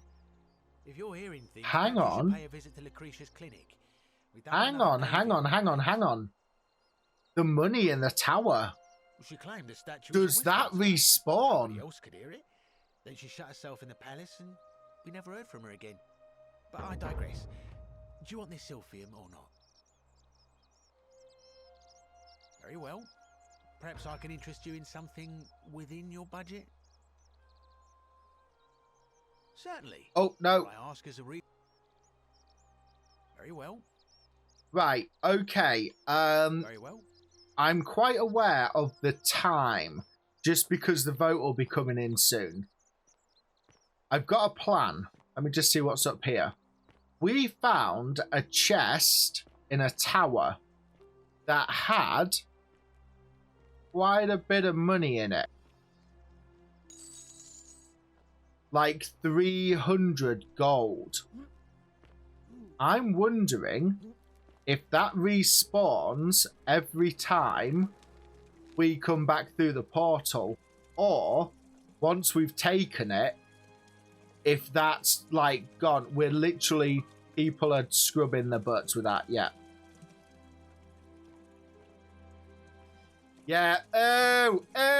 I've just oh god, I've just realized where that goes. Oh my god, no. Right, I should really stop just picking things up. This is like eating toilet potatoes in Wolfenstein. Right, I need to go to the tower.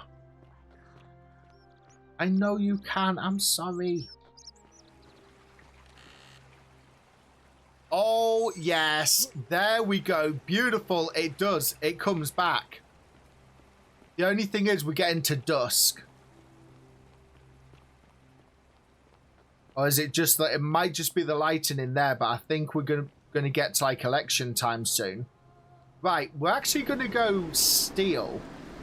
Because, go buy, because I could steal the resin, but then we risk winding everyone up. If I buy it, hand it over, and then we can still do the temple without having to time travel like a third time. Wonder how much one of these statues is worth on the outside. Ah, back again, I see. Hook me up, good sir. Certainly. All I ask is a reasonable price of 1,000 denarii. Oh, you have it? I do. Impressed. I'm rich. See, I could steal it, but then that's Listen, gonna business. anger the gods. Can I help you with anything else? No, you absolute thieving Very bar well. steward. No time. If I get the chance, I'm turning you to gold and murdering you before I run to a portal. Yeah, I know. I need to go give it to the apothecary first, though. What are you doing in here? Can't you see this woman is dying? She's been poisoned. I've got you sorted. She needs I've the got you resin sorted. called Sylphium, but Yeah. that Kulas Kubolete- Nope, skip that. What? Quick, give it here. Yulia? Yes, Yulia, come on. You need to swallow this. Here, let me help you. Go on, Lucretia.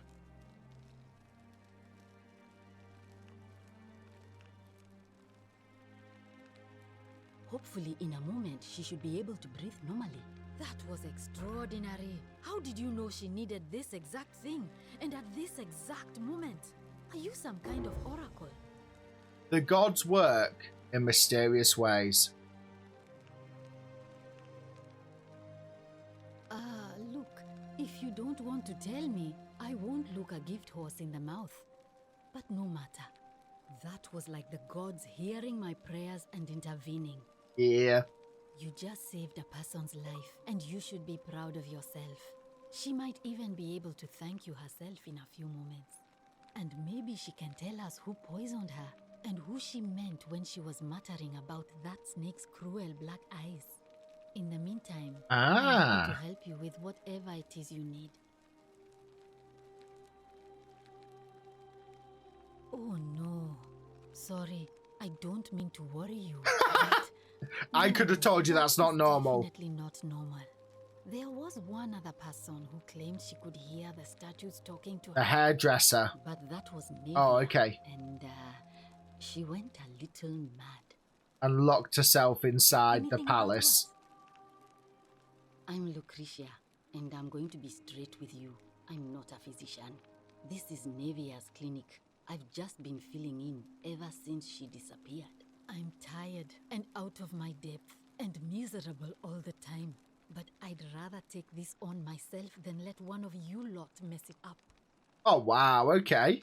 My husband and I moved to Rome from Caesarea.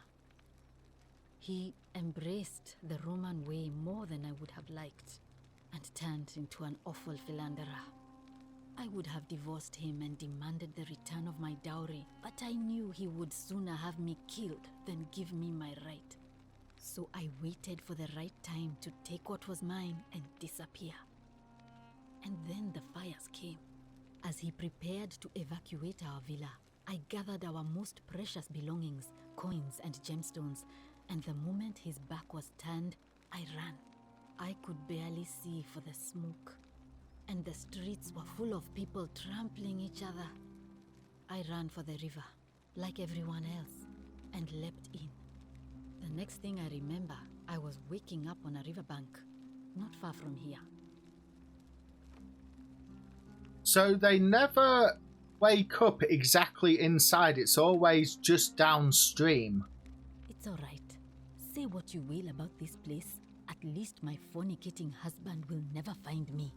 And while there's no shortage of snakes here, at least with the golden rule, they have to try to be discreet about it.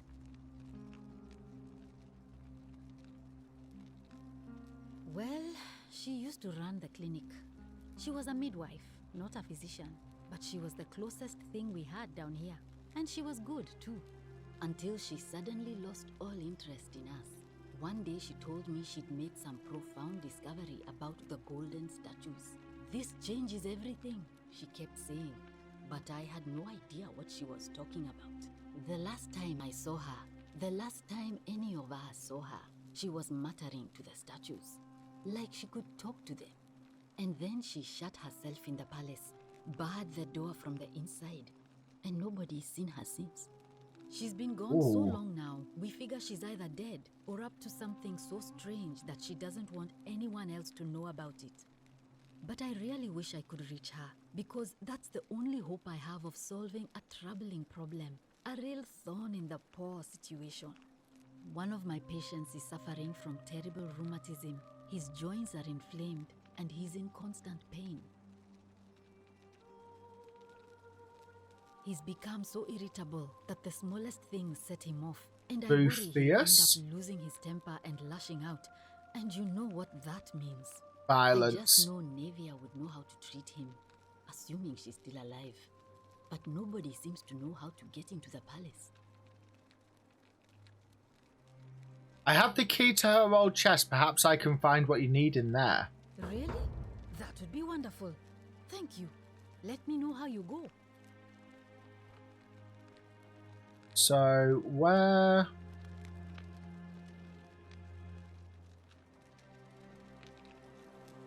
So, where would her old chest be, though? Okay, so, the chest is actually just at the back here.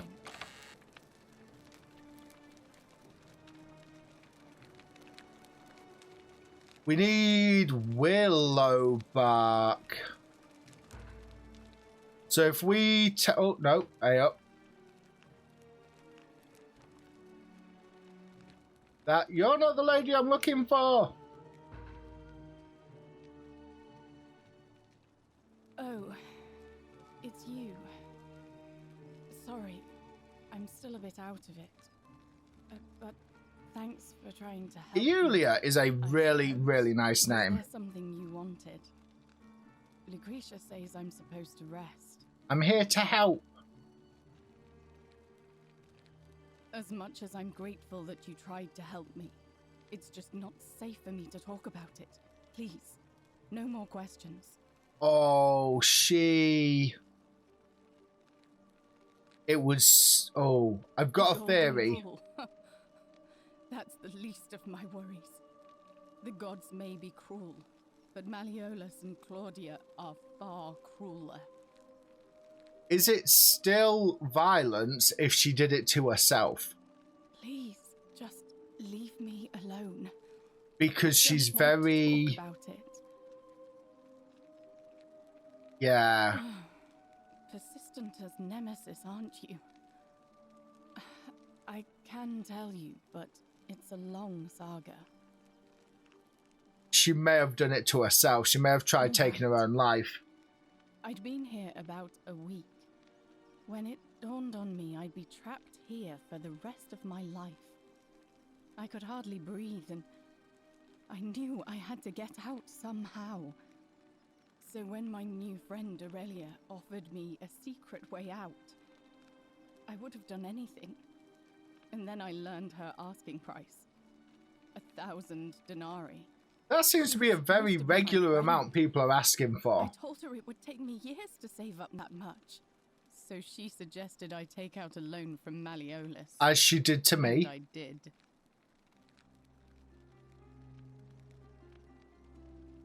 I'm not proud of it, but yes, I was surprised he agreed to it. It's a con between the two of them.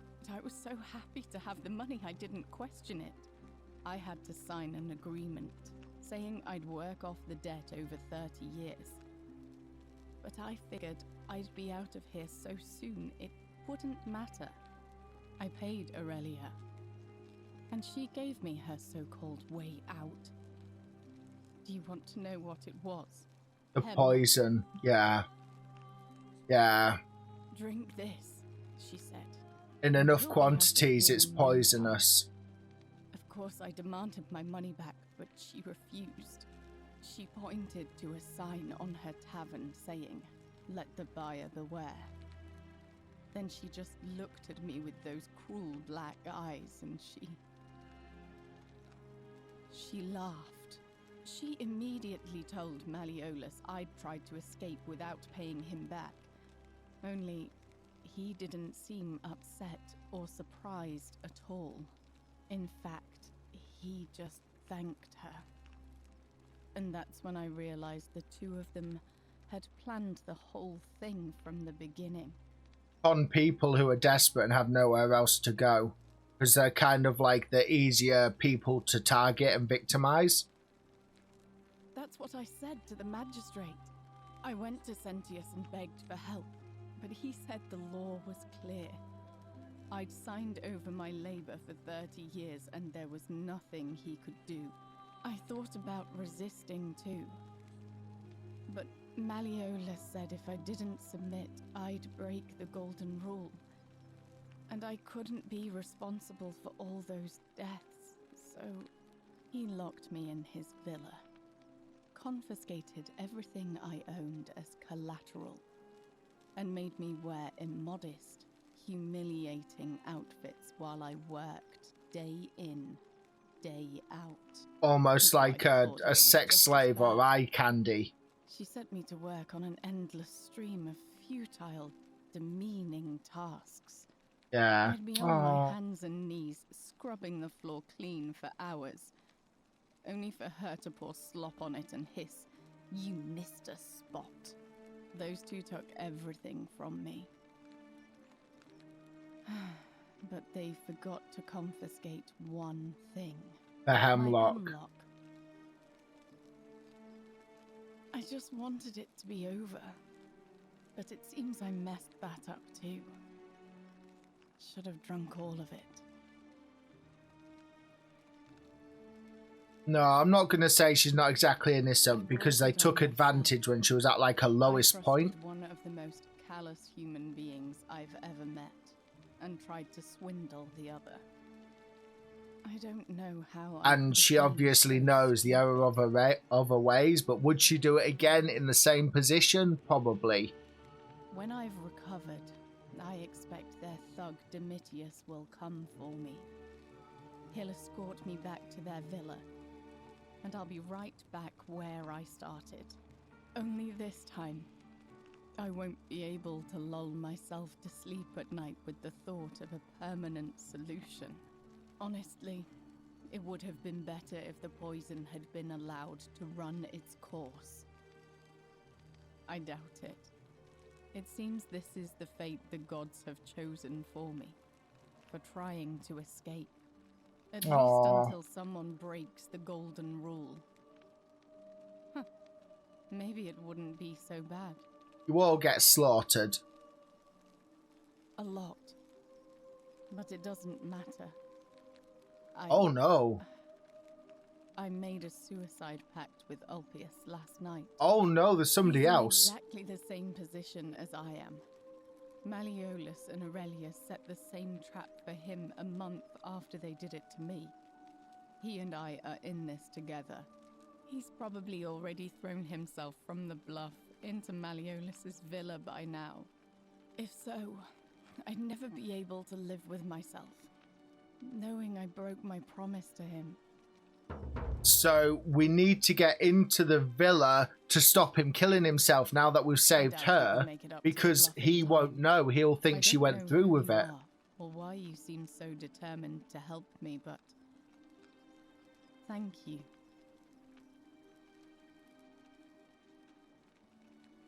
All right, but please don't take too long. So we know the way out of here is literally a lie. It's suicide, it's hemlock, it's poison. God's way of creating a city without sin. But if that's the case, then whichever god is responsible for it didn't think it through. I mean, all it really does is make bad people better at hiding their sins, and good people too frightened to stand up for themselves. I've seen Malleolus, Claudia, and Domitius make grown men cry. Romans. They don't cry easily. They've never physically hurt anyone. But the point is, psychologically, they don't have to. They've got people running scared because everyone knows Malleolus is the favorite to win today's election. Really? Then I hope fortune smiles on you, friend. I mean, she actually looks happy. So, right, so we've heard a story, but there might be more to it when we've saved her potential boyfriend / partner. So let's go hand over. There we go. No, I need to talk to you. I've got the. I need barkwood. Wormwood, barkwood, summer. There we go. Oh, I see. Well, what's the treatment? Willow bark. One of them. I should have known. It was under my nose the whole time. That's very helpful. I knew it would be Rufius. Come on. Settle Rufius down some. Because he's easily agitated. Could you do me a favor and give him some of this? He'll just need to swallow a pinch of it. I'm hoping it will avert disaster. And he should be in the marketplace, but the only thing is he's not talking to me. Thank you.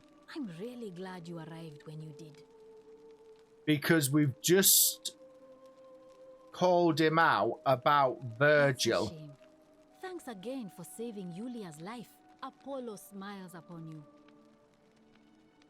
Right, we do have some more dialogue options open with Lucretia, though. Right, where is Rufus? Hello, Mr. Grumpy. Oh, here we go. I have nothing to say to you, Kaput Mada. Bye. Bye. Right, so I was going to go into the temple. However, we've got all three of the clues that the priestess asked us to get. And I want to try a theory out. Oh no, where's the priestess?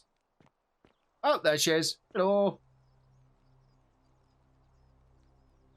River, memory loss, and stranger. To what do I owe the pleasure of this visit? Interesting. Oh, because we didn't already have this conversation with her. Right person. Did you find a pattern then? What have you noticed? Yes, I understand many of our friends were carried here by a river current. What else? Memory lapse. That's true. I know I wasn't entirely sure how I wound up here. What else? And the ferryman. I think this is all kind of like a euphemism or leading up to death, like an otherworldly encounter. Yes, I also had such an encounter. Oh, okay. As I feared. I think I understand what poor Livia has been going through. Let me ask you this. Did you happen to encounter a stranger in the forest before you arrived here? Karen. And did you happen to catch her name? I see. And was this Karen by any chance wearing a hood? A hoodie? Yeah. Oh, death. Boatman, ferryman, ferrywoman. There's something I think you should see. I think you'd better follow me to the baths. But don't follow too closely. We can't have people thinking we're bathing together. Oh, scandalous. Oh, wait, where am I going? Where am I going? Spin me round! So literally, even if I'm not even looking, we're just going to follow her backwards. I'm like magnetized to her. And this is what they consider distance, is literally like 2 or 3 kangaroo jumps. That freaked me out when I pressed A. We just like disappeared backwards. It was like, Wait, this is where we've already killed him, isn't it? Yeah. So we shouldn't get shot in the head by the assassin. Oh. Game suddenly stuck. Oh, because it's loading. So I thought, you know, this is going to be like a quick mission. Well, I thought it would be because it was like answering questions. So we could, oh no, get these squared away. Am I going to find any graffiti in here?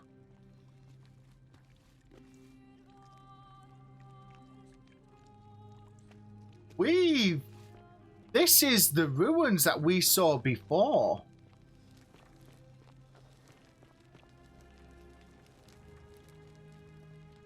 Which means this is the pool I climbed out of. After falling through this, the ceiling.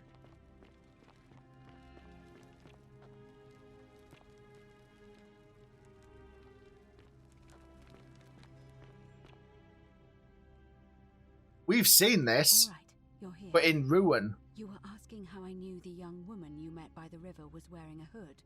Here, look down at the bottom of the baths. It's a little hard to make out in this light.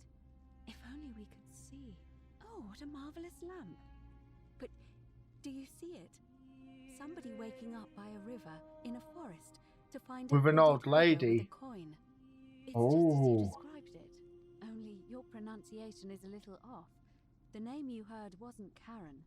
It was C-H-A-R. The ferryman, the boatman. As in Charon, the ferryman from of the dead. Hades the game. Charon, and also mythology. Helps the souls of the newly deceased cross the Styx, the river that separates the land of the living from the land of the dead. When I dragged you out of the river, I thought you were never gonna change. I checked your pockets for ID, but all I found was some Oh, change. wow. Feels like I've spent my whole life in a dead-end job with an endless commute. Sorry if I sounded cagey, it's just that I don't always get the best reactions when I introduce myself. My name's Karen. I'm so oh, sorry, wow. friend. I'm so sorry. We're Do you know what this means? all dead? I'm afraid so. Oh, it's all starting to make sense. You are joking. Whose last memory was running from the fires toward the river. It seems none of them escaped with their lives after all. Perhaps we should be grateful they don't remember their final moments. It also tells us that the Golden Rule is the work of Pluto, the god of the Underworld, and why his epithet has always been Father of Riches. I know it's The a lot gold. to take in, and you look as if you have questions, so I'll try to answer them if I can. Wow, my mind is blown. This is awesome, but we now know who to go tell. The souls of the deceased were taken, but it was Hang on. also possible for the living to reach it without dying, if they Oh. were particularly fearless. So I'm afraid I don't know. So the guy underground we can go say Pluto to, who said, do you know who sorted out the Golden Rule? Or even Greek, you would know these stories. Each of them is slightly different, whether the storyteller was Plato, Homer, Virgil, or Ovid. Virgil is upstairs though. A grim ferryman named Charon on the bank of a river. It was said that he'd help the new arrival cross, only if they could pay him with a coin, an obol. That's why it was once our custom to bury our loved ones with a coin in their mouths. Charon's obol, we called it. Of course, an obol was a kind of Greek coin, because we inherited this knowledge from the Greeks. To be fair, the ferryman isn't exactly as the poets described, and she appears in different forms. To different people in different guises. Exactly. You say you saw a young woman named Karen with a hood, and I once heard Kabash mention a stranger in a ram headdress named From his letter which we found. Rufus described meeting a stranger named Kumut Tabal wearing an eagle headdress. But whatever form this stranger took, they were always wearing a hood of some sort, and their name always began with a K sound. I suspect the only way you'll solve this riddle is if your paths cross again. Good question. Let's see. In the stories, Charon would always require a coin as payment for passage across the river, but that never made any sense to me. What does an ancient immortal being need with coins? In our case, it seems Charon didn't take the coins we had. He or she merely checked we had one in our possession. So, maybe there's something special about the coins each of us had on us. That might explain why we wound up here, but so many others did not. Like a VIP Hades? No. Maybe? I mean, I had my suspicions, especially after Livia's ramblings, but I would never have figured it out without your help, I promise you. Now that we know who we are, we have to figure out what to do about it, if we don't want to be cast into gold for eternity. We don't have much to go on, except the old stories. I remember 4 in particular about heroes in the Underworld. Hercules, the demigod and son of Jupiter, Orpheus, a Thracian poet, Sisyphus, a king of Ephyra, and Aeneas, a Trojan hero. Hercules was able to leave the underworld because he cowed its god with his strength. Sisyphus and Orpheus both relied on their wits instead. They persuaded the goddess of the underworld, Proserpina, to help them escape. And finally, Aeneas was able to escape with the help of a spirit guide, who led him through a secret gate. So it seems you have two options: to confront the god of the underworld head-on, or find a way to escape with the help of Proserpina or some other guide. Oh. All Romans try to avoid saying it, and the reason is quite simple. He might hear us. You may refer to him as Pluto. And if he hears them, he might come for them. Pay attention to yourself. Do so at your own peril. Shh! Is everyone so blunt where you're from? Yeah, pretty much. That option would be the boldest, but also the only way to learn the truth about the Golden Rule, and maybe even put an end to it. As I said, Hercules managed to overpower the god of the underworld, but he was a demigod. Forgive my candor, but you are no Hercules.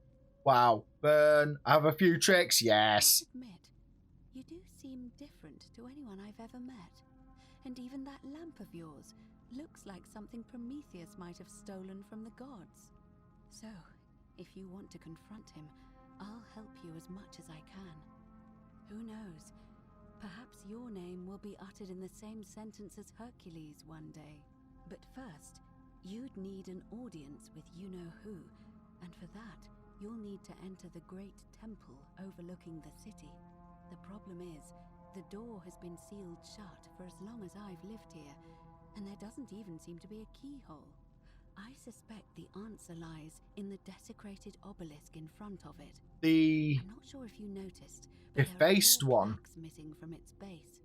It looks as though somebody, or a series of somebodies, forcibly removed them, and in doing so, dishonored and angered our divine keeper. If you could recover and replace all 4 of those missing plaques, I imagine he might be willing to receive an audience again. Virgil said that it had been defaced by a barbarian. With 4 sides and a pyramid-shaped head that stands before the great temple, a dedication to the god of this place. You'll find them all over Rome, but of course they were looted from Egypt many years ago. It seems one of them made its way here too, although how is a mystery.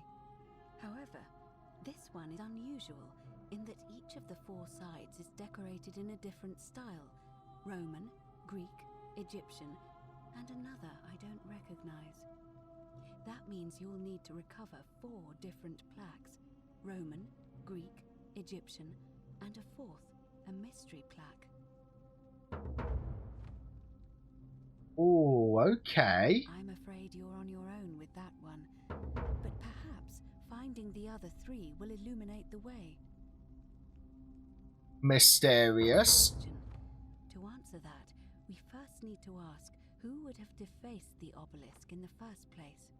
It would have had the god's name engraved into it, so it may be that whoever desecrated it wanted that name to be forgotten.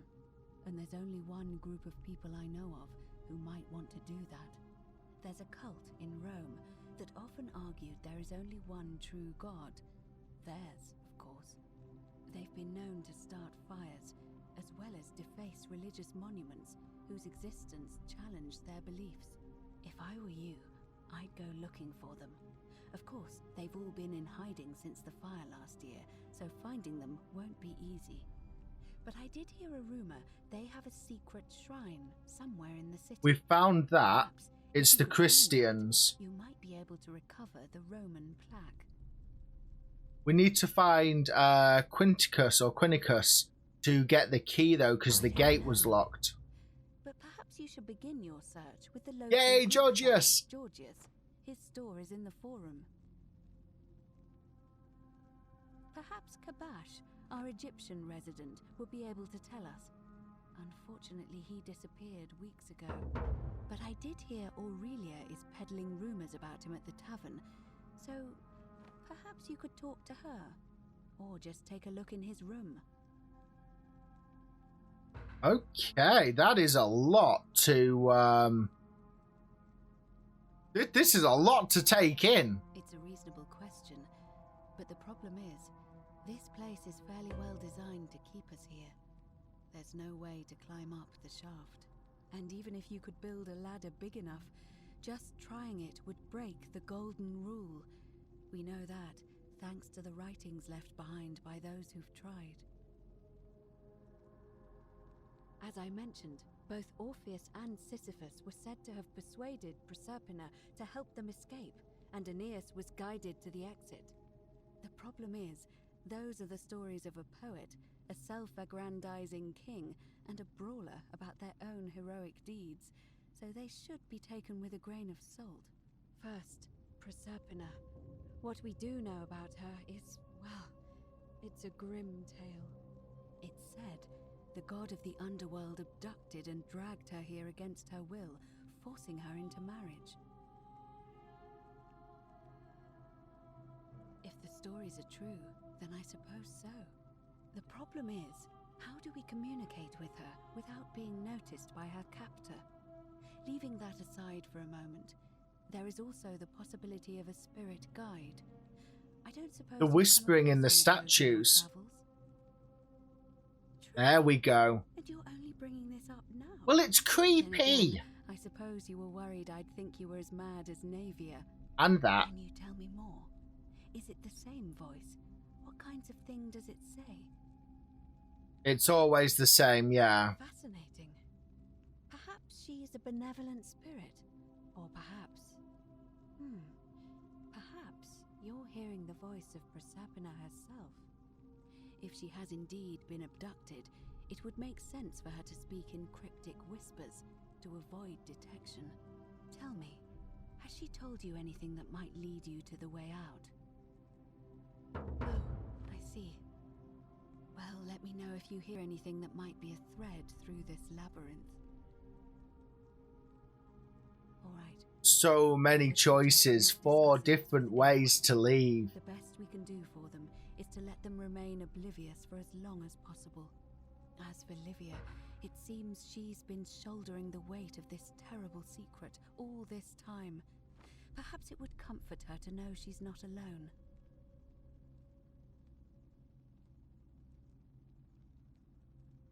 Right. We'll... Yeah. Time is of the essence. We're going to talk to Livia first. However, I have just realised we've been at this for quite a while. Like, this has become a very, very long episode. So, I want to do something fun. Oh, hey up. Hey, put the weapon away. I want to do something fun to end off. And I want to go see how the old guy downstairs reacts. Played against the current. See, that's the voices. Right, this is going to be a load screen again. Yeah. Because I was going to end. We've got 2 ways to end this. The testing the paradox theory, or the talking to the old chap downstairs. And I'm torn between which one I want to do most.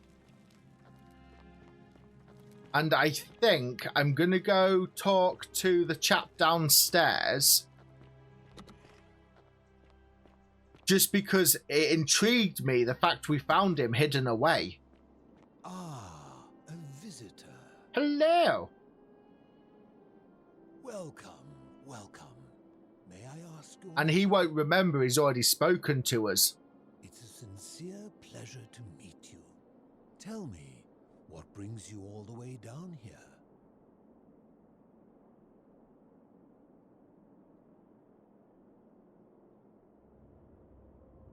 Then perhaps the fates brought you here to to learn the secrets. This is how I originally got him to talk to me. I will tell you everything I know, but first, a request.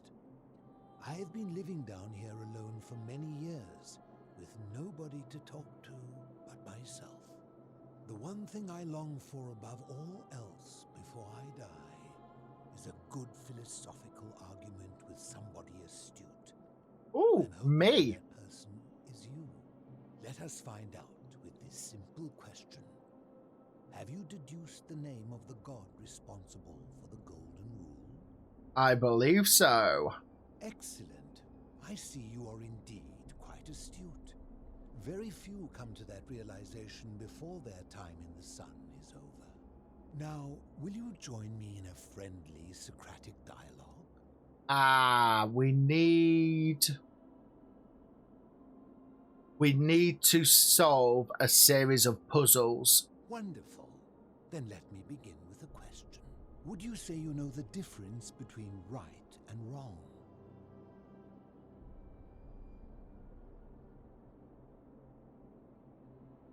You are an overthinker too. We're the same then. It is probably why I became a philosopher.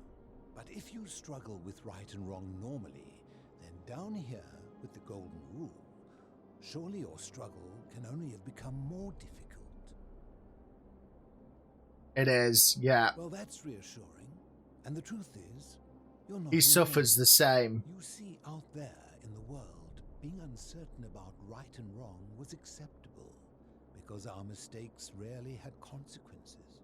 So we would tell lies and bend rules and turn a blind eye and rationalize, and yet still find a way to think of ourselves as good people.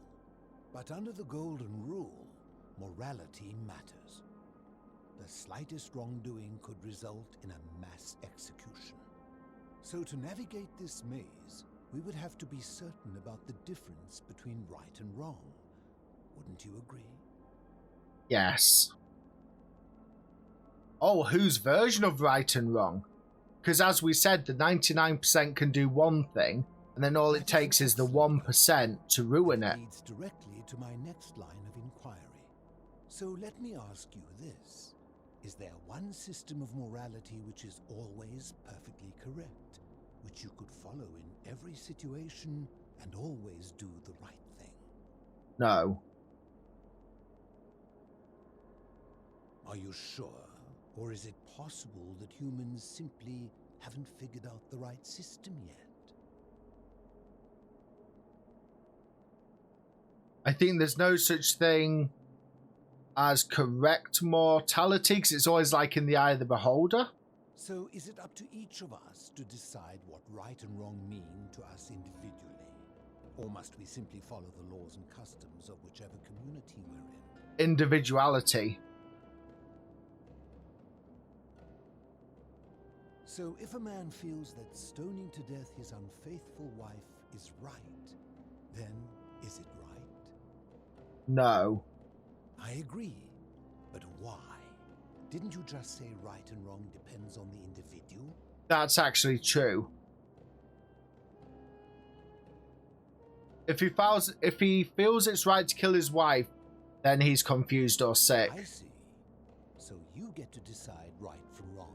I've paused this up. See things differently are not allowed. What makes you special? Empathy is the cornerstone of human morality, that's true. The emotion? Let me ask you this. Imagine you were forced to choose between the death of your beloved spouse and the death of two innocent strangers. Knowing there will be no legal consequences, who would you mark for death? A high-minded ideal, but I'm not sure I believe that. Oh. Like a siren song calling us away from our true path, will lure us toward the greater evil. Can such a beguiling thing be a reliable cornerstone for anything, let alone the perfect moral code? I suppose not, exactly. My point is this. I don't think anyone alive truly knows any hard and fast rules about right and wrong. True. If there is one thing I have observed about rules, It is that virtuous people do not need them, and evil people will always find a way around them. And so we must accept our limitations, and the sad truth that no human society will ever achieve the utopia for which it strives. In mathematics, we would call it an asymptote, a line that can be approached but never reached. Because the only way to create a utopia is with the ever-present threat of force, such as the Golden Rule. To bring balance. This and no other is the root from which a tyrant springs when he first appears as a protector. And life under tyranny is no utopia at all. This got deep. I'm glad to hear that. In any case, thank you for humoring an old man. Who are you? I'll be happy to answer your questions. You mean, how did I end up living alone in this cave with nothing but these relics of the past for company? It's a long story. I was a quarrelsome young man. At 19, I left Corinth for Rome to study rhetoric at one of her finest academies, so I could argue more forcefully. Back then, I used to enjoy verbally sparring with everyone I could, and I was good. One night, I found myself in a tavern, in an argument with a drunk mercenary. It became heated, he drew a gladius, and I won the argument, but... He knows he's dead. I woke up on the banks of the Styx at a campfire opposite Karen. Of course, I tried to persuade her to let me return, but even with all my skill, I failed. I settled in, made friends, and learned what I could, quickly realizing our little community faced certain death under the Golden Rule. So I began looking for a place to hide underground. Fortunately, I found this place waiting for me. You see, I was not the first to take refuge here. I returned to my friends above, persuaded them to join me, and 12 of us descended for the last time to live out our days hidden from Hades' tyranny. They are one and the same. The Romans call him Pluto, but long before that, my people called him Hades. My generation was wiped out, turned to gold, many years ago. My friends and I were able to avoid the same fate by hiding down. But if he goes up, he might still get caught. To assume that if I was to return, Hades would realize that his furies hadn't finished the job, and he'd send them after me again. I fear that if you were to utter my name in the city, even by mistake, that Hades would hear you and know I am still alive. I'm afraid I am the only one left. There were 12 of us in the beginning, but one by one, my friends passed away. Some from malnutrition, others from madness and despair. It has been lonely. Before my unexpected visit from Kabash some weeks ago. So he knows where he is. In many, many years. Ooh. Living in darkness is not without its challenges. The first challenge is diet. Fortunately, I found that eating fresh fish provides most of the nutrients I need. And sometimes, when there are Greek people living up above, I surface at night and salvage the offerings they've left in the temple of Demeter. The greater challenge is the isolation, so I like to imagine arguments, where I argue both sides. But, like so many things in life, arguments are better with a partner. As you wish. So, I can use you to find out where Kabash is. I will tell you, but you may find him hostile. To prepare for your encounter, there are certain things you must know. Very few know this, but before the Romans came to this city, it was once entirely Greek. The architecture, the temples, and the people. When the Romans came, in typical fashion, they claimed it as their own, built over everything that could be built over, and renamed the things that could not. Thus, the shrine of Persephone became the shrine of Proserpina. And when they found an obelisk bearing the name Hades, they tore it off and replaced it with Pluto instead. And the city's dwindling Greek residents, witnessing this compulsive Roman conquest, decided to preserve what they could of their heritage. The tablet. They gathered their art and Oh, valuables, okay. secreted them away through the Temple of Demeter, and hid them here, out of reach of the Romans. However, there was one thing that always seemed out of place to me, and it is the very thing you seek. An even older plaque bearing an Egyptian inscription. We had no idea until years later, when the first of my friends began to die.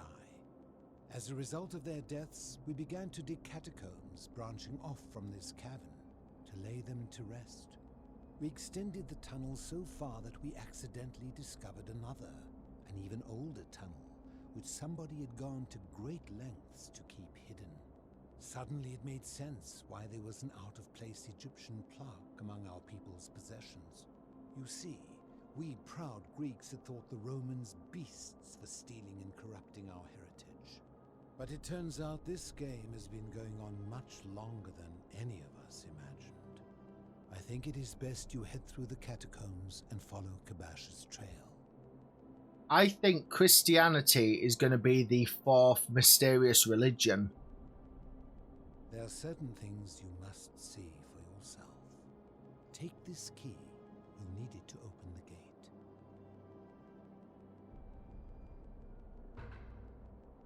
Ha! If I did, would I be living like this? Did we not discuss it at length already? Oh, I see. You're toying with me.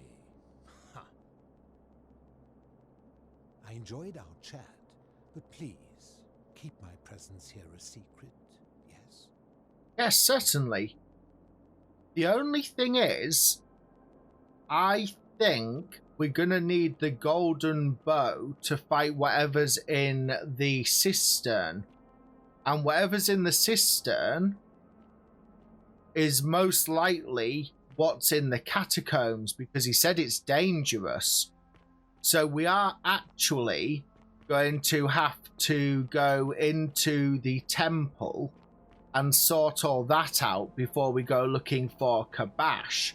So what's occurred is I got very carried away and I've kind of rushed ahead, and we need to go backtrack a little bit and do some of the earlier missions or the earlier objectives to actually get the equipment we need to get inside the catacombs and the things that we're doing now.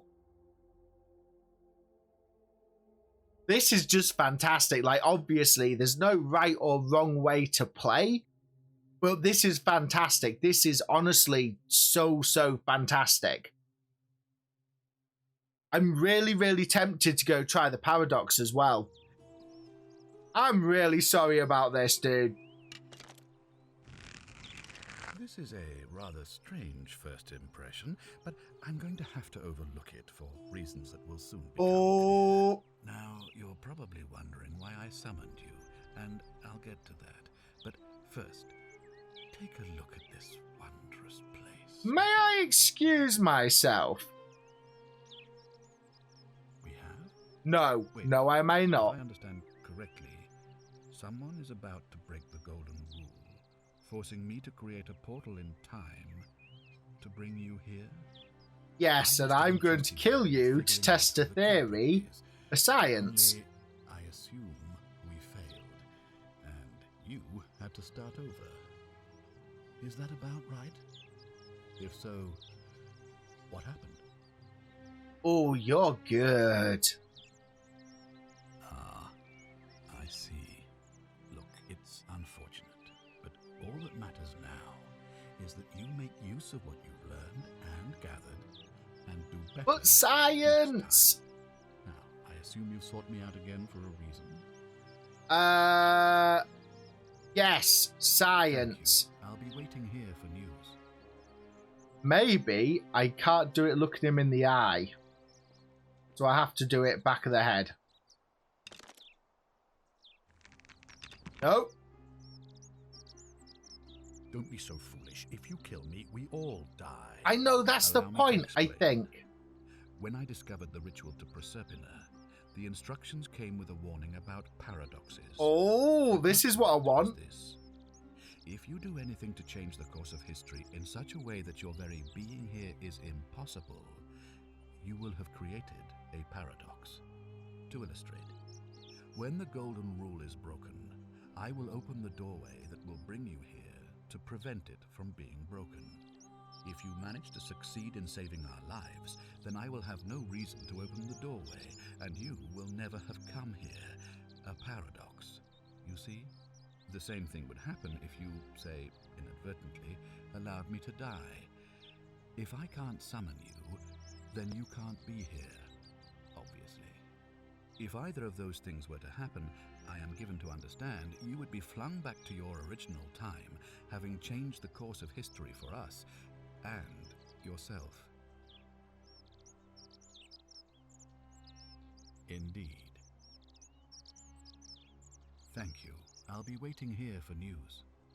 So, how I interpreted that was, we need to save first.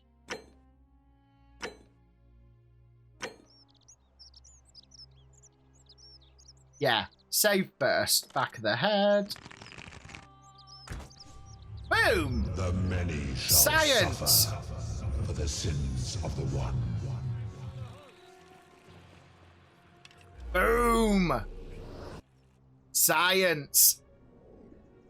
Slightly homicidal and psychotic, but science.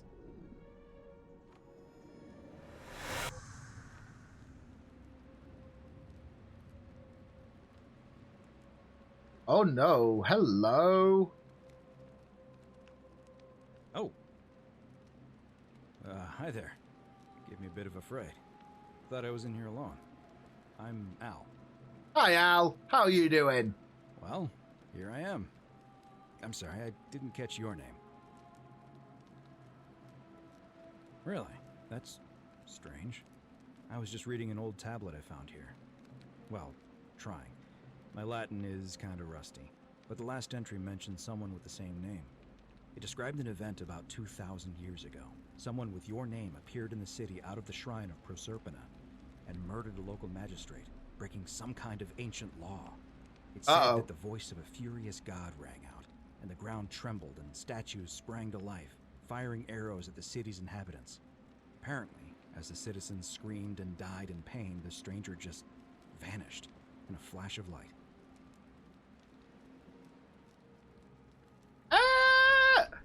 Weird. That's definitely not me. I don't think we want to be admitting to this. I didn't for one moment think There it we was, go. The way you say that makes me wonder. I mean, how many people with that name could there be? Shh, Al, don't make me kill you as well. I understand how you could have been here 2,000 years ago. Al, don't worry about it. Don't. No, don't. Oh, we're gonna ruin it. I'm sorry, come again? Let me see that. God, why does this writing look so familiar? Because it's Spent yours. A lifetime in this place, going around and around in circles. This is disturbing, but I don't understand how I could have written it. I'm not following.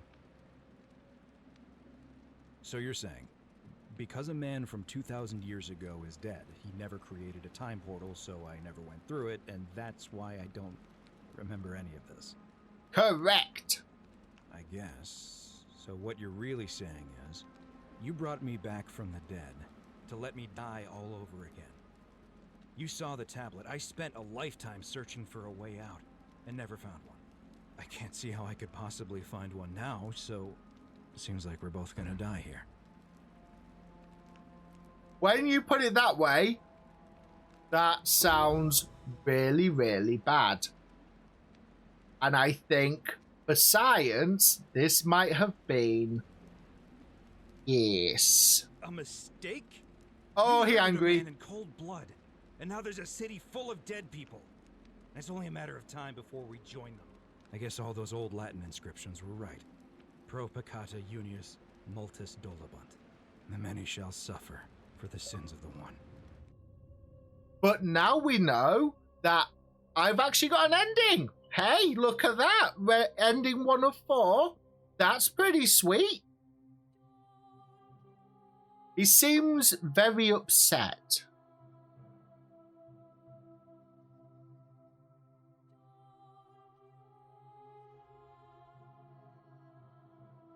Okay, it's lucky that I saved. Yeah, forward thinking, science. Should we just see before we end if the save's actually not just been wiped and they're going to call me an absolute monster? I mean, the theory was sound. The theory was sound.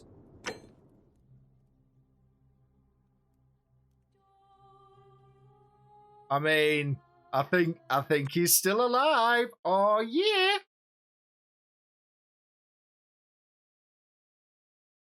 Please still be alive. Okay. That actually worked. Oh yeah, in fact, let me just take a photo of me and my best birdie. Oh my god. I'm not even real. That or I'm a vampire. I might be a vampire.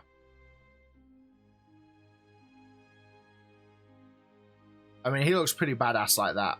Yeah, I might be a vampire because I'm not actually popping up in any shot at all. Cinematic Western. I mean, I thought the papyrus was looking pretty sweet, but mosaic, ew. I mean, cartoon's pretty sweet, but the retro Western, there we go. Beautiful. Right. I think what we're going to have to do is end here because I am a cold-blooded psychotic killer, apparently, who, in the name of science, will do anything, as has just been proven. And now Owl's mad with me. So I don't feel bad about him being mad with me. I could kill him, then he can't be mad with me. But then that's like a crime, so again, we'd be in the same position. This game's hard. But for now, we came, we saw, we learned quite a lot, and I'm very, very excited to see what is yet to come. But for now though, I have been Phil, aka Philadoxical. You have been awesome, and no matter what you decide to play, have a great time gaming, and I'll see you all later.